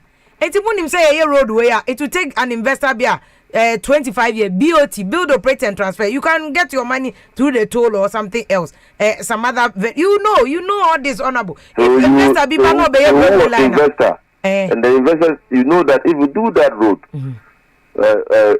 let me concern myself with roads. Even though when Bugatti was the railways minister and now was in parliament, when anytime they brought a facility for the construction of railway, I was among those who supported it because meaning the effect the building of a robust railway infrastructure will have on our road network. Okay. Meaning, okay. And, and part of the solution in Ghana is developing the railways. I always supported that. Okay. Now, but I'm saying that there would be investors, but no, or in the mass. Why are mass? No one is said about for 25 years. Investor no bar or say, oh, we pay 40 years, we pay 50 years, and you have to negotiate. Oh no, Quran the Sika. And if you think, if you say that, oh, media, your mass, this is how it is. 25 years. You tell me 25 years, build a BOT. Or say, oh, media, we pay BOT. We pay 25 years. We pay 30 years. You are also looking at the country. If you are going to do this thing in 30 years, after running the railway line for 30 years, what will be left on the railway line? Okay. So there are many competitions. But honorable, I don't want to accept the fact that there are many complications because we already know that there are many complications, but they are solvable. No computations. But they are all solvable, honorable. My frustration, no. My frustrated because all these things can be solved. It can be solved. It's a political will between NDC and MPP. More political will. What philosophers have said. You can solve it. The problems come in series, but they are solved practically intense. Okay. You may. Because I'm still not getting solution. I'm that and that way say there are blueprint, say near because between yourself and MPP, they be a promise. Oh, we did this. Yes, we be about baby. We need to move Ghana beyond just promises. Let me assure you that Ghana today is not Ghana in the 1980s. So honorable baby, yes, we agree that Ghana has improved, but the level of progress na yenyano. Does it befit baby Ghana yakono? Senka, we should be better than this, Anna. Obviously, everybody would have laughed that he acquired him. Everybody would have laughed that. So that one is not an argument that I will engage in with you. Okay. But I'm saying that just go back. If you wake up, if we had the power to wake up those who died in 1980, they might not recognize Ghana. But because we are there, we are seeing that the progress is slow. Okay. So yes, that's the problem with progress. It's because it's incremental. Okay. And sometimes the incremental things are not perceptible. No one remembers how long it took you from transport yard if you were going to Kumasi by the state transport. Okay. To move out of traffic from Circle to Insawam. Okay. We don't now remember it. Okay. Okay, honorable. Thank you so much. Honorable Inusa Fuseni, and the NNH will come out, which say, at least a Duma Baby Akoso. Inti, I may get too hard on ourselves, but yes, your point, they say, yes, Ghana corner him. Omo 1917 a bar. Ombe say, hey, say Ghana bet me FSA, but there should be more. We should be better than where we are. And yes, I said, Mahama Kaino will be celebrating mediocrity. And yeah, no, we should be better than we are now. Patrote, any Amasama, we yenya from Amasama. Patrowa Amasama, my entoka. What's the number, my ye know Bekasa, Richard Tete, 0302-243529 and 0302-243547. And you sabutena minutes out here minutes or say, That is UNICEF was saying. See, they've done a lot of work. In fact, the reason why a circle is not choking because a circle Dubai. No?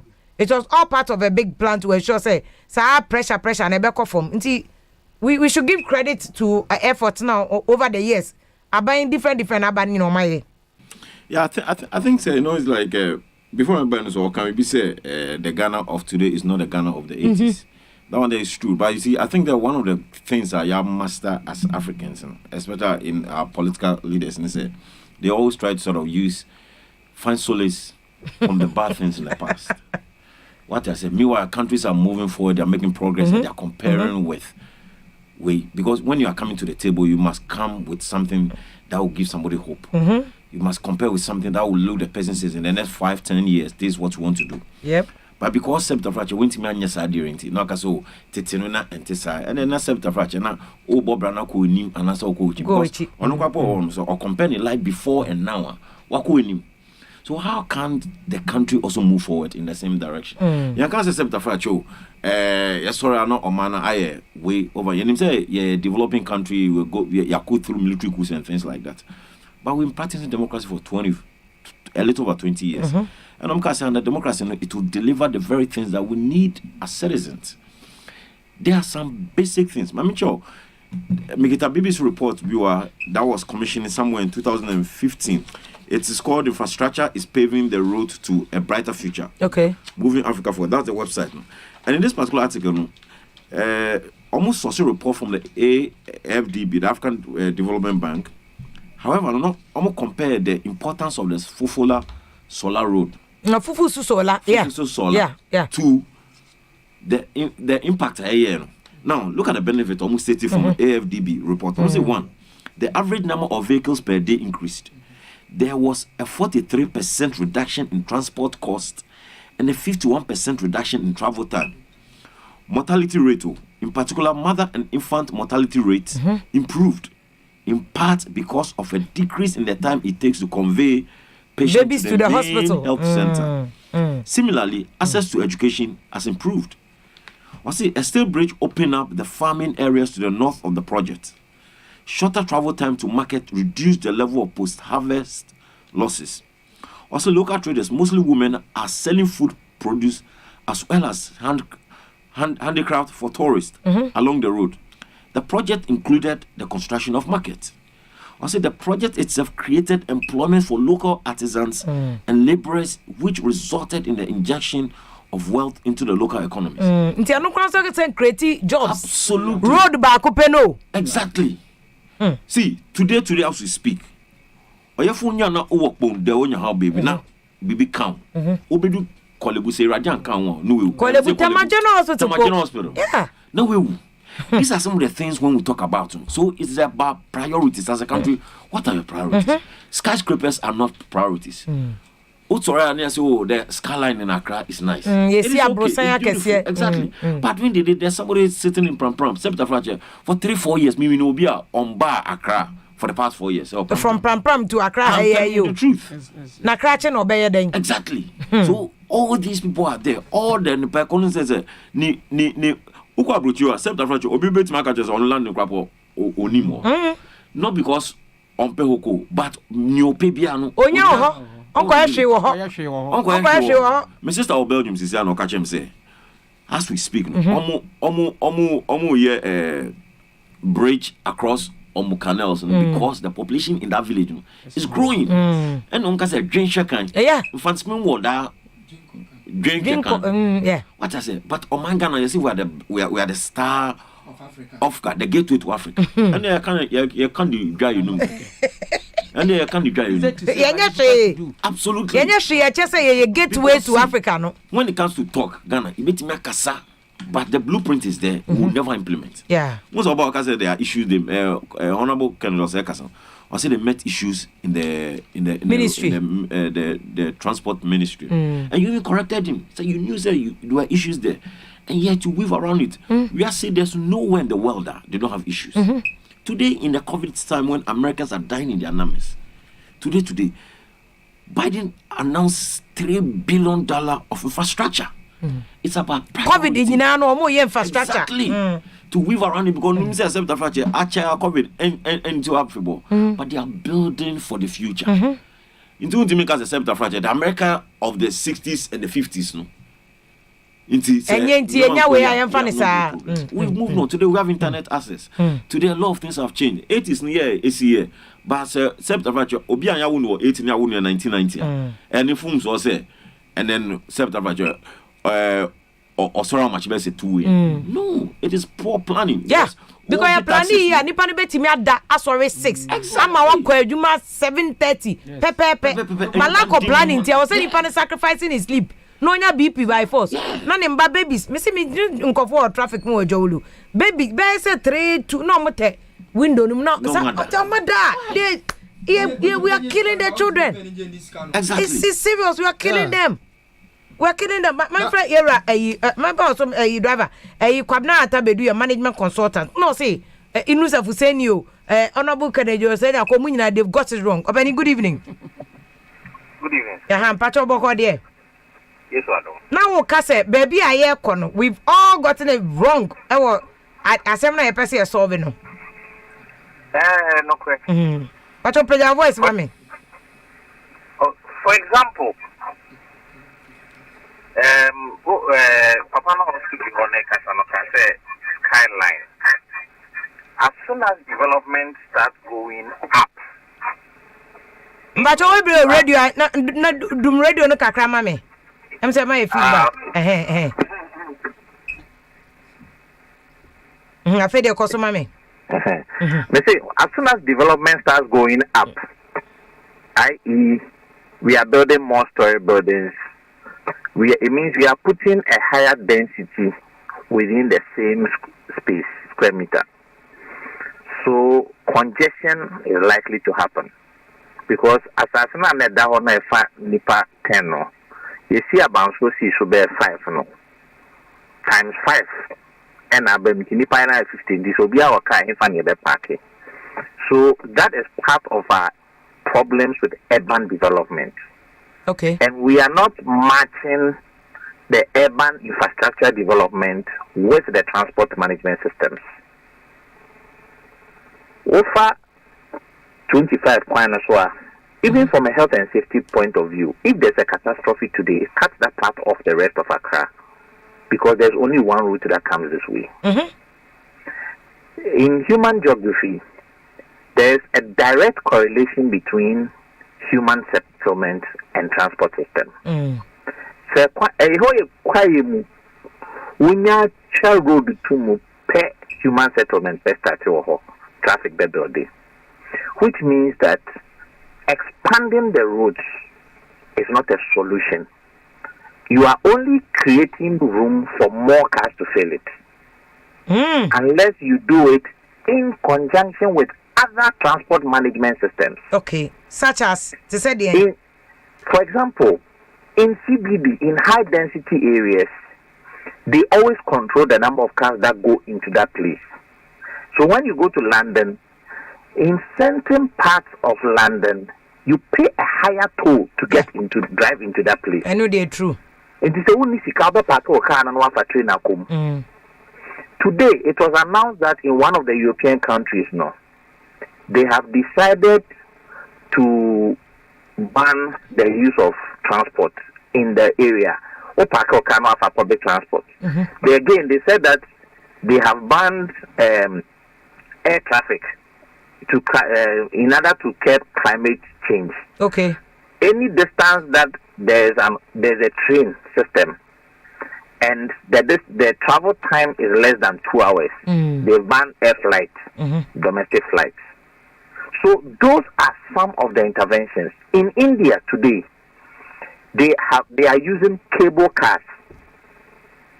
Cable cars, as we know it, are used in the alpine regions. When they go skiing, on the cable car and they come mountain or so, then they ski down the mountain. But in India today, they have so much population density in the urban centers that they have decided to use cable cars within the cities. Kolkata is one of them. In India today, in Delhi and in Haryana, they have trains running on top of cars. And you dual carriage, median net than film, you see pillars, you see median near the rail atoso. Yeah, monorail. Ebi wa Las Vegas, Nevada. Oh, one for the man monorail. Oh, okay. A regular rail to say 2 rail.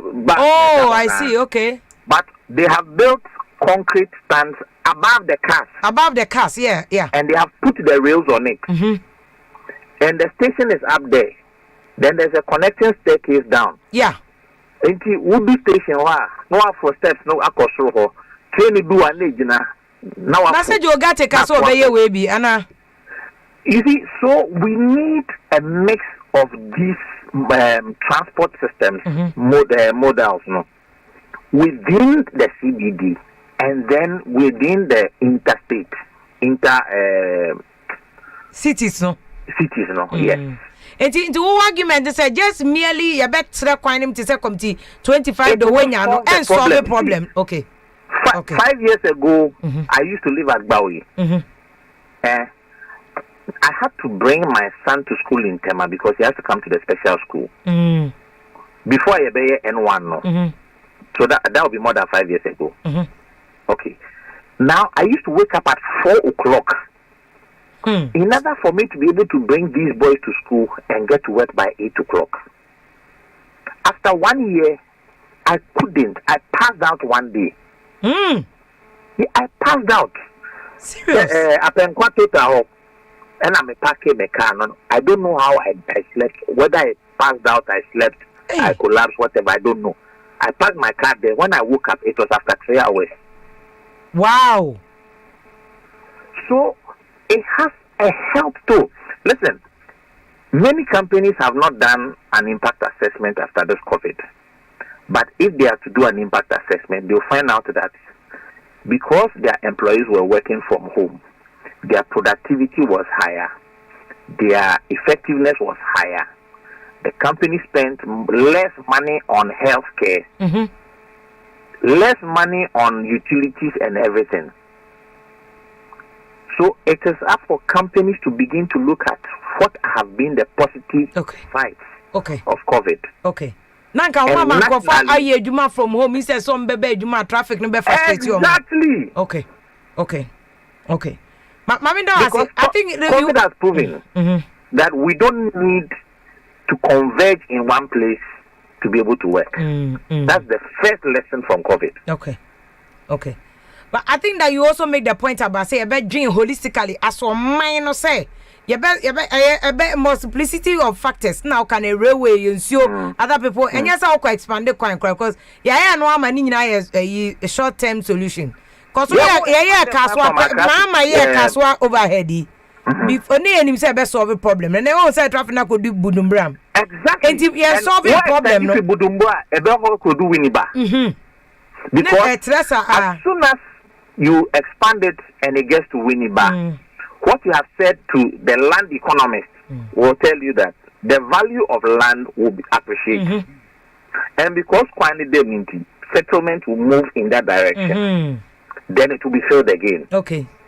And then we'll be back to the same discussion, say traffic exactly. If we had a rail system alongside the road system, people can afford to leave the road and go and use the rail. So there won't be pressure. So as far as I am concerned, when it comes to intercity, we must have the road, we must have the rail just by it. Okay. Because it looks like a hot year between NDC and MPP, the commitment to get there, no, and only a day I agree with Adia Oken yo. Since that they are no with any driver and passenger, as I say, but said they be no, and you are right in pushing him in that direction. If they do the feasibility study and they build a proper business case which says we need X amount, and at this X rate of tolling, we'll be able to recover in 20 years. And they form it into a company and put it on the stock exchange. And everybody knows that a politician is not going to misuse that money. but they have given it to a bank or a private management firm to run it along business principles, not with politicians packing the place with their goons. You find out that private men will prefer to go and buy unit trust from that equity from that company because they know they can recover their money in 20 years. It's the same as buying a bond. Okay. Mr. Tabedu, Mami na wasi. So there are various financial instruments they can use. Yeah. I bet so era Kennedy or excuse no. And shut down hold the water because we can raise this money and still fix the road. You bet me any sir. I'm here to me. Mami na wasi anyway. Yeah. Kwabena Tabedu your management consultant and what say we your pescapa they are solving your money problem. You bet me enyebi. Near they are solving your money problem. Now how you for you? I frustrated. I'm also Ghana there. Yeah, jokers and one for John Michael. Or see, they are staying abroad before, and they know most of the ministers have stayed abroad before, so they know the system is working there. But I'm fear they are. I quite say it's kind of the mass queens near there. No allegation, no. Well, I know what Kotiano say. NDC should by now know the difference between Dumso and Patrol and the Dumso issue. We are dealing with road. And yeah, you Dumso the nano Saturday next week. Wednesday we'll come back to the Dumso issue. But let's stay on course. NRP leverage. No, see MPP and NDC. They cannot help Ghana. I see after someone disappointed you for 28 years and counting, still we need to check ourselves. NDC and MPP no. Ombe boya na ade BIA ni say no. Engineer Blankson don't cause your person contributing engineer Masendo message no to one of your landlines. So bet me afraid. Mr. Nkama. Baby out here we passenger no jiri say there any solution for sa traffic accident ni pe wu ni ade there any solution na o de beba o say ya fan pa ne say Ghana hanum na ankasa no sisi ya doso country no ya doso first no ne ye no so sa ene ya doso enti sisi ano I was say abano ehwe na watoto no mayi se ne be ya eye traffic no ene dia kono ne dia ba na su betwa ama yen because sisi ana ho kire aba sisi ahwe kasoa se ya kasoa ebue at any time say a piece a pillar of time bia kasoa e man ho so prekope ama nipa be go no enya sam kotoa sisi a obi anso sole a obi a pese odakam ne private ne ade se trotro ni nya adwuma fa nko ba bia wo se wo kono sa nti sisi ano o se aban no boa na ye ho hare yen ene ye kwan ene ye bibia nti aban no omomoden se in fact say drabe we mu obetumi aboa ye na ye bibia aye wano okay boss Mamiti o suggestion is saying solving this problem me da sipa na am say na honorable bakon e kasa no see ne ti say first na ne ti say first no waka de but kakra mpese me kan say a friend say Ekufuado o hwe say apomodien sania so bi yare na ohia moja anase duro bi no omo di drone by ma eboa he nti adenti na traffic aba na akire apaso a den na wo say ye na ekwan bi da winiba eba a friend say breku etwem ko kasoa wo be fa akoti side ho no edam be biom no me de beba hwe ekwan na omo ye no efi winiba ebesin sania be ya say traffic friend say eba ombetimi afa kwan no so se kwan na say efu me say da me ba no biom me de be anka o pache senkasa kwan no anka betimi a shortcut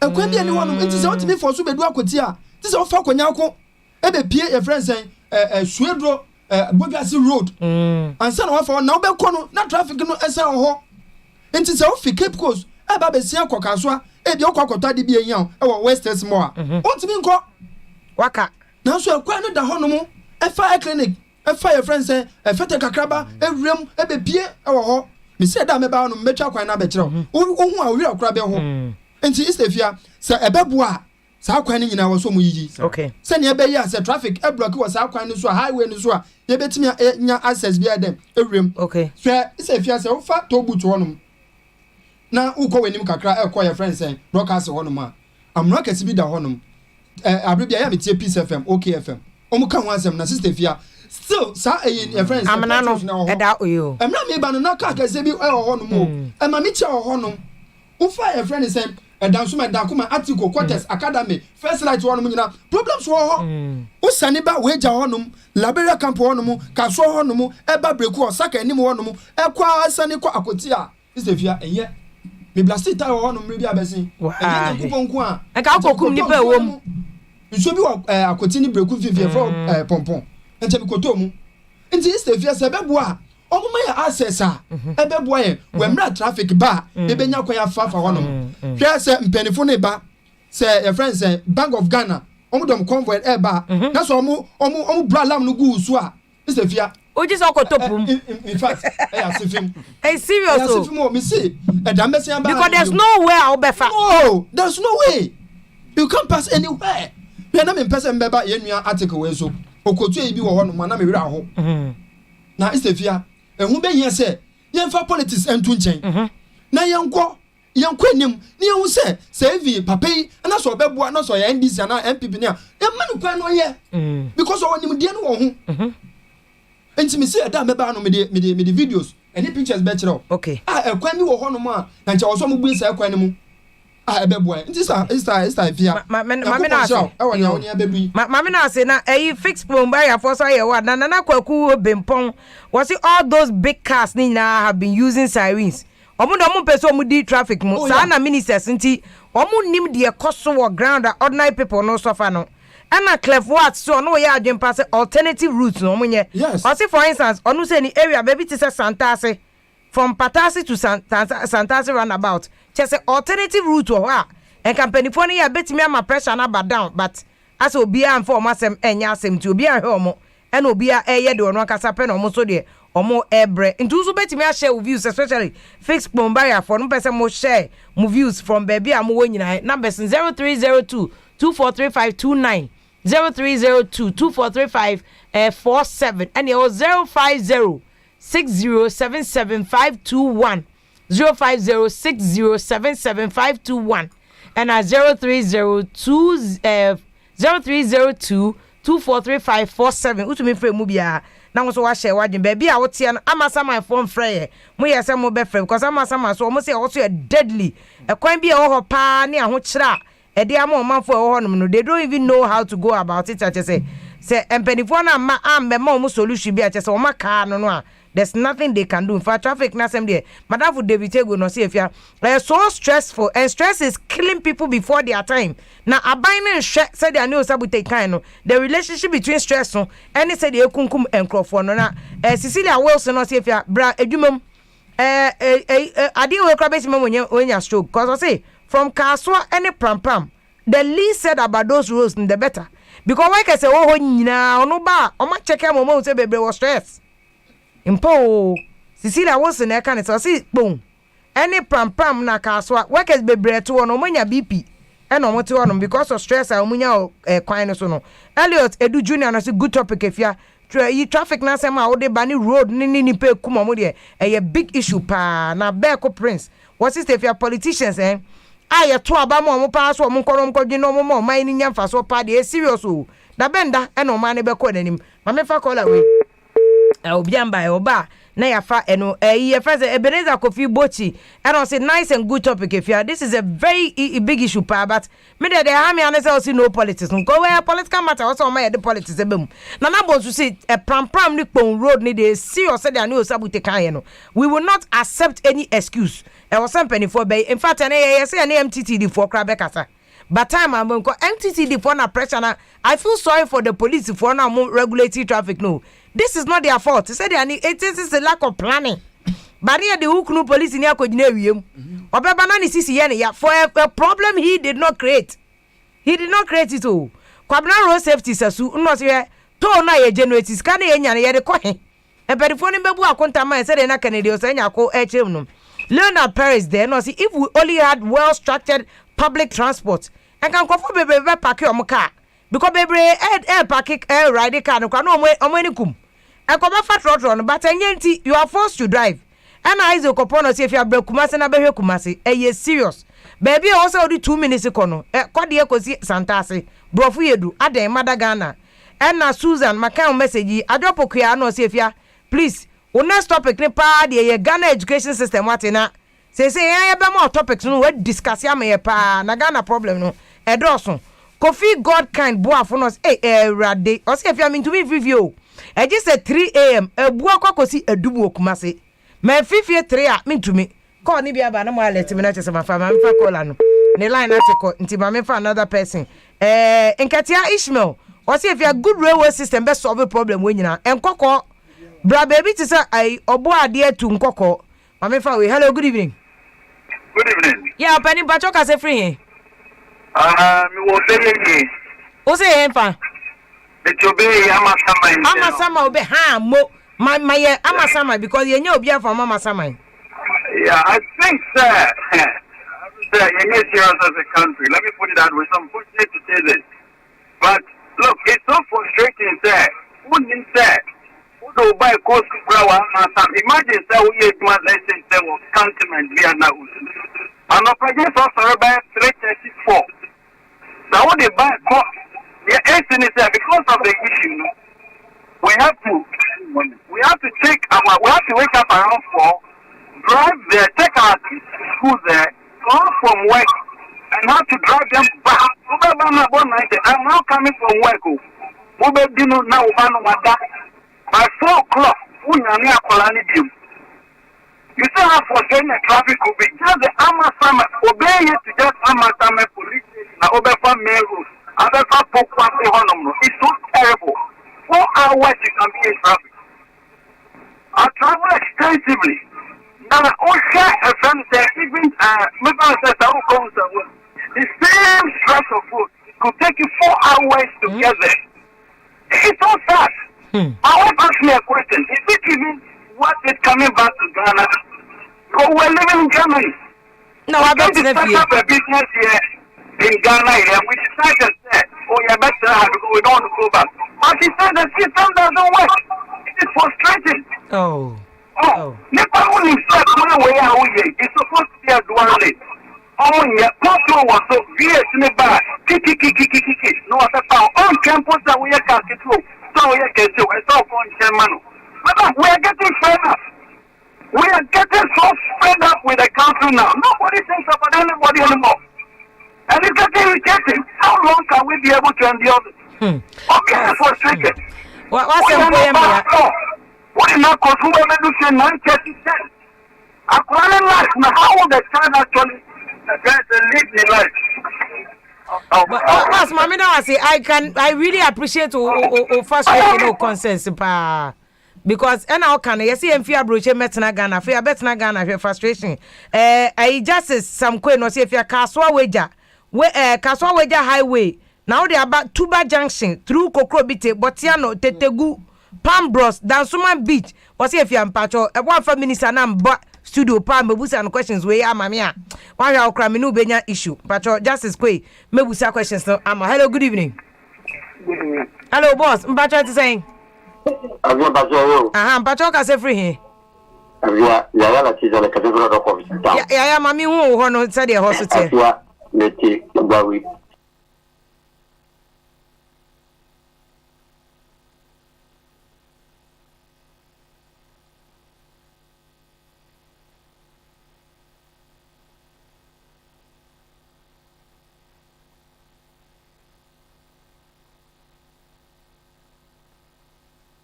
Kapa perimeter kapa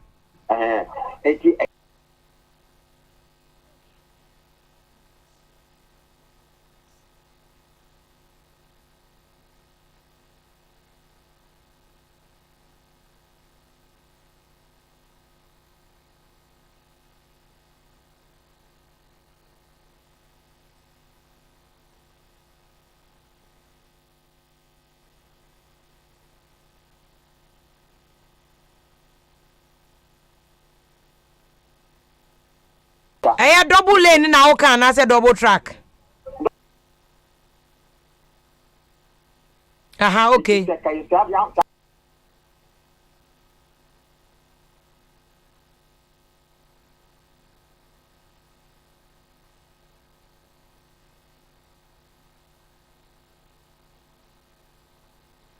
Okay. Ya mama na wase o say was nka we ye ne saa na ahode ye double track emfa saa so enye kwame ayi quarantine da ko no say fia we solution is simple yenye ferry speedboat railway system tram trains metro ebe solve system no ana o ka bio say omo shortcut bebre nka betime for instance tematu Madina legon enom ne ade bebre betimi asobe ekwa benya but mpanifo ni nimpa o enso omonye Steven Kuma Sumenu eno say if you have realized say hawkers no motonton ade o ka kwa special Accra center o ka ho na traffic no so emma na mampa call hello good evening. Hello good evening. Line article mesa ba so ebio na Michael Sakite no say if your government should develop other cities Accra abo apeso dodo yenko other places. Hello good evening. Hello good evening. Hello good evening.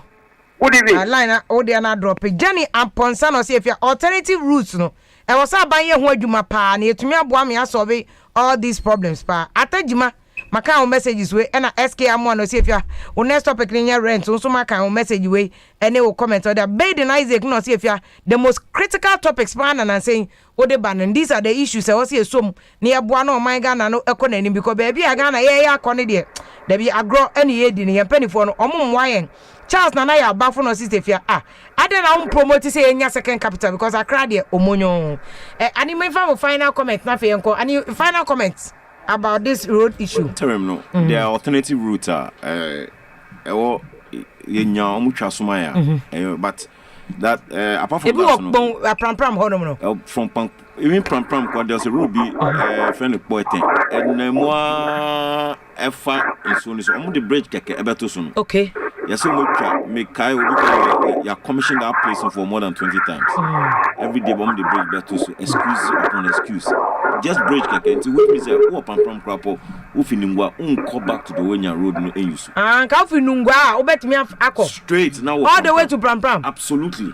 And that thing is there, just still break again. Factors again. Anyway.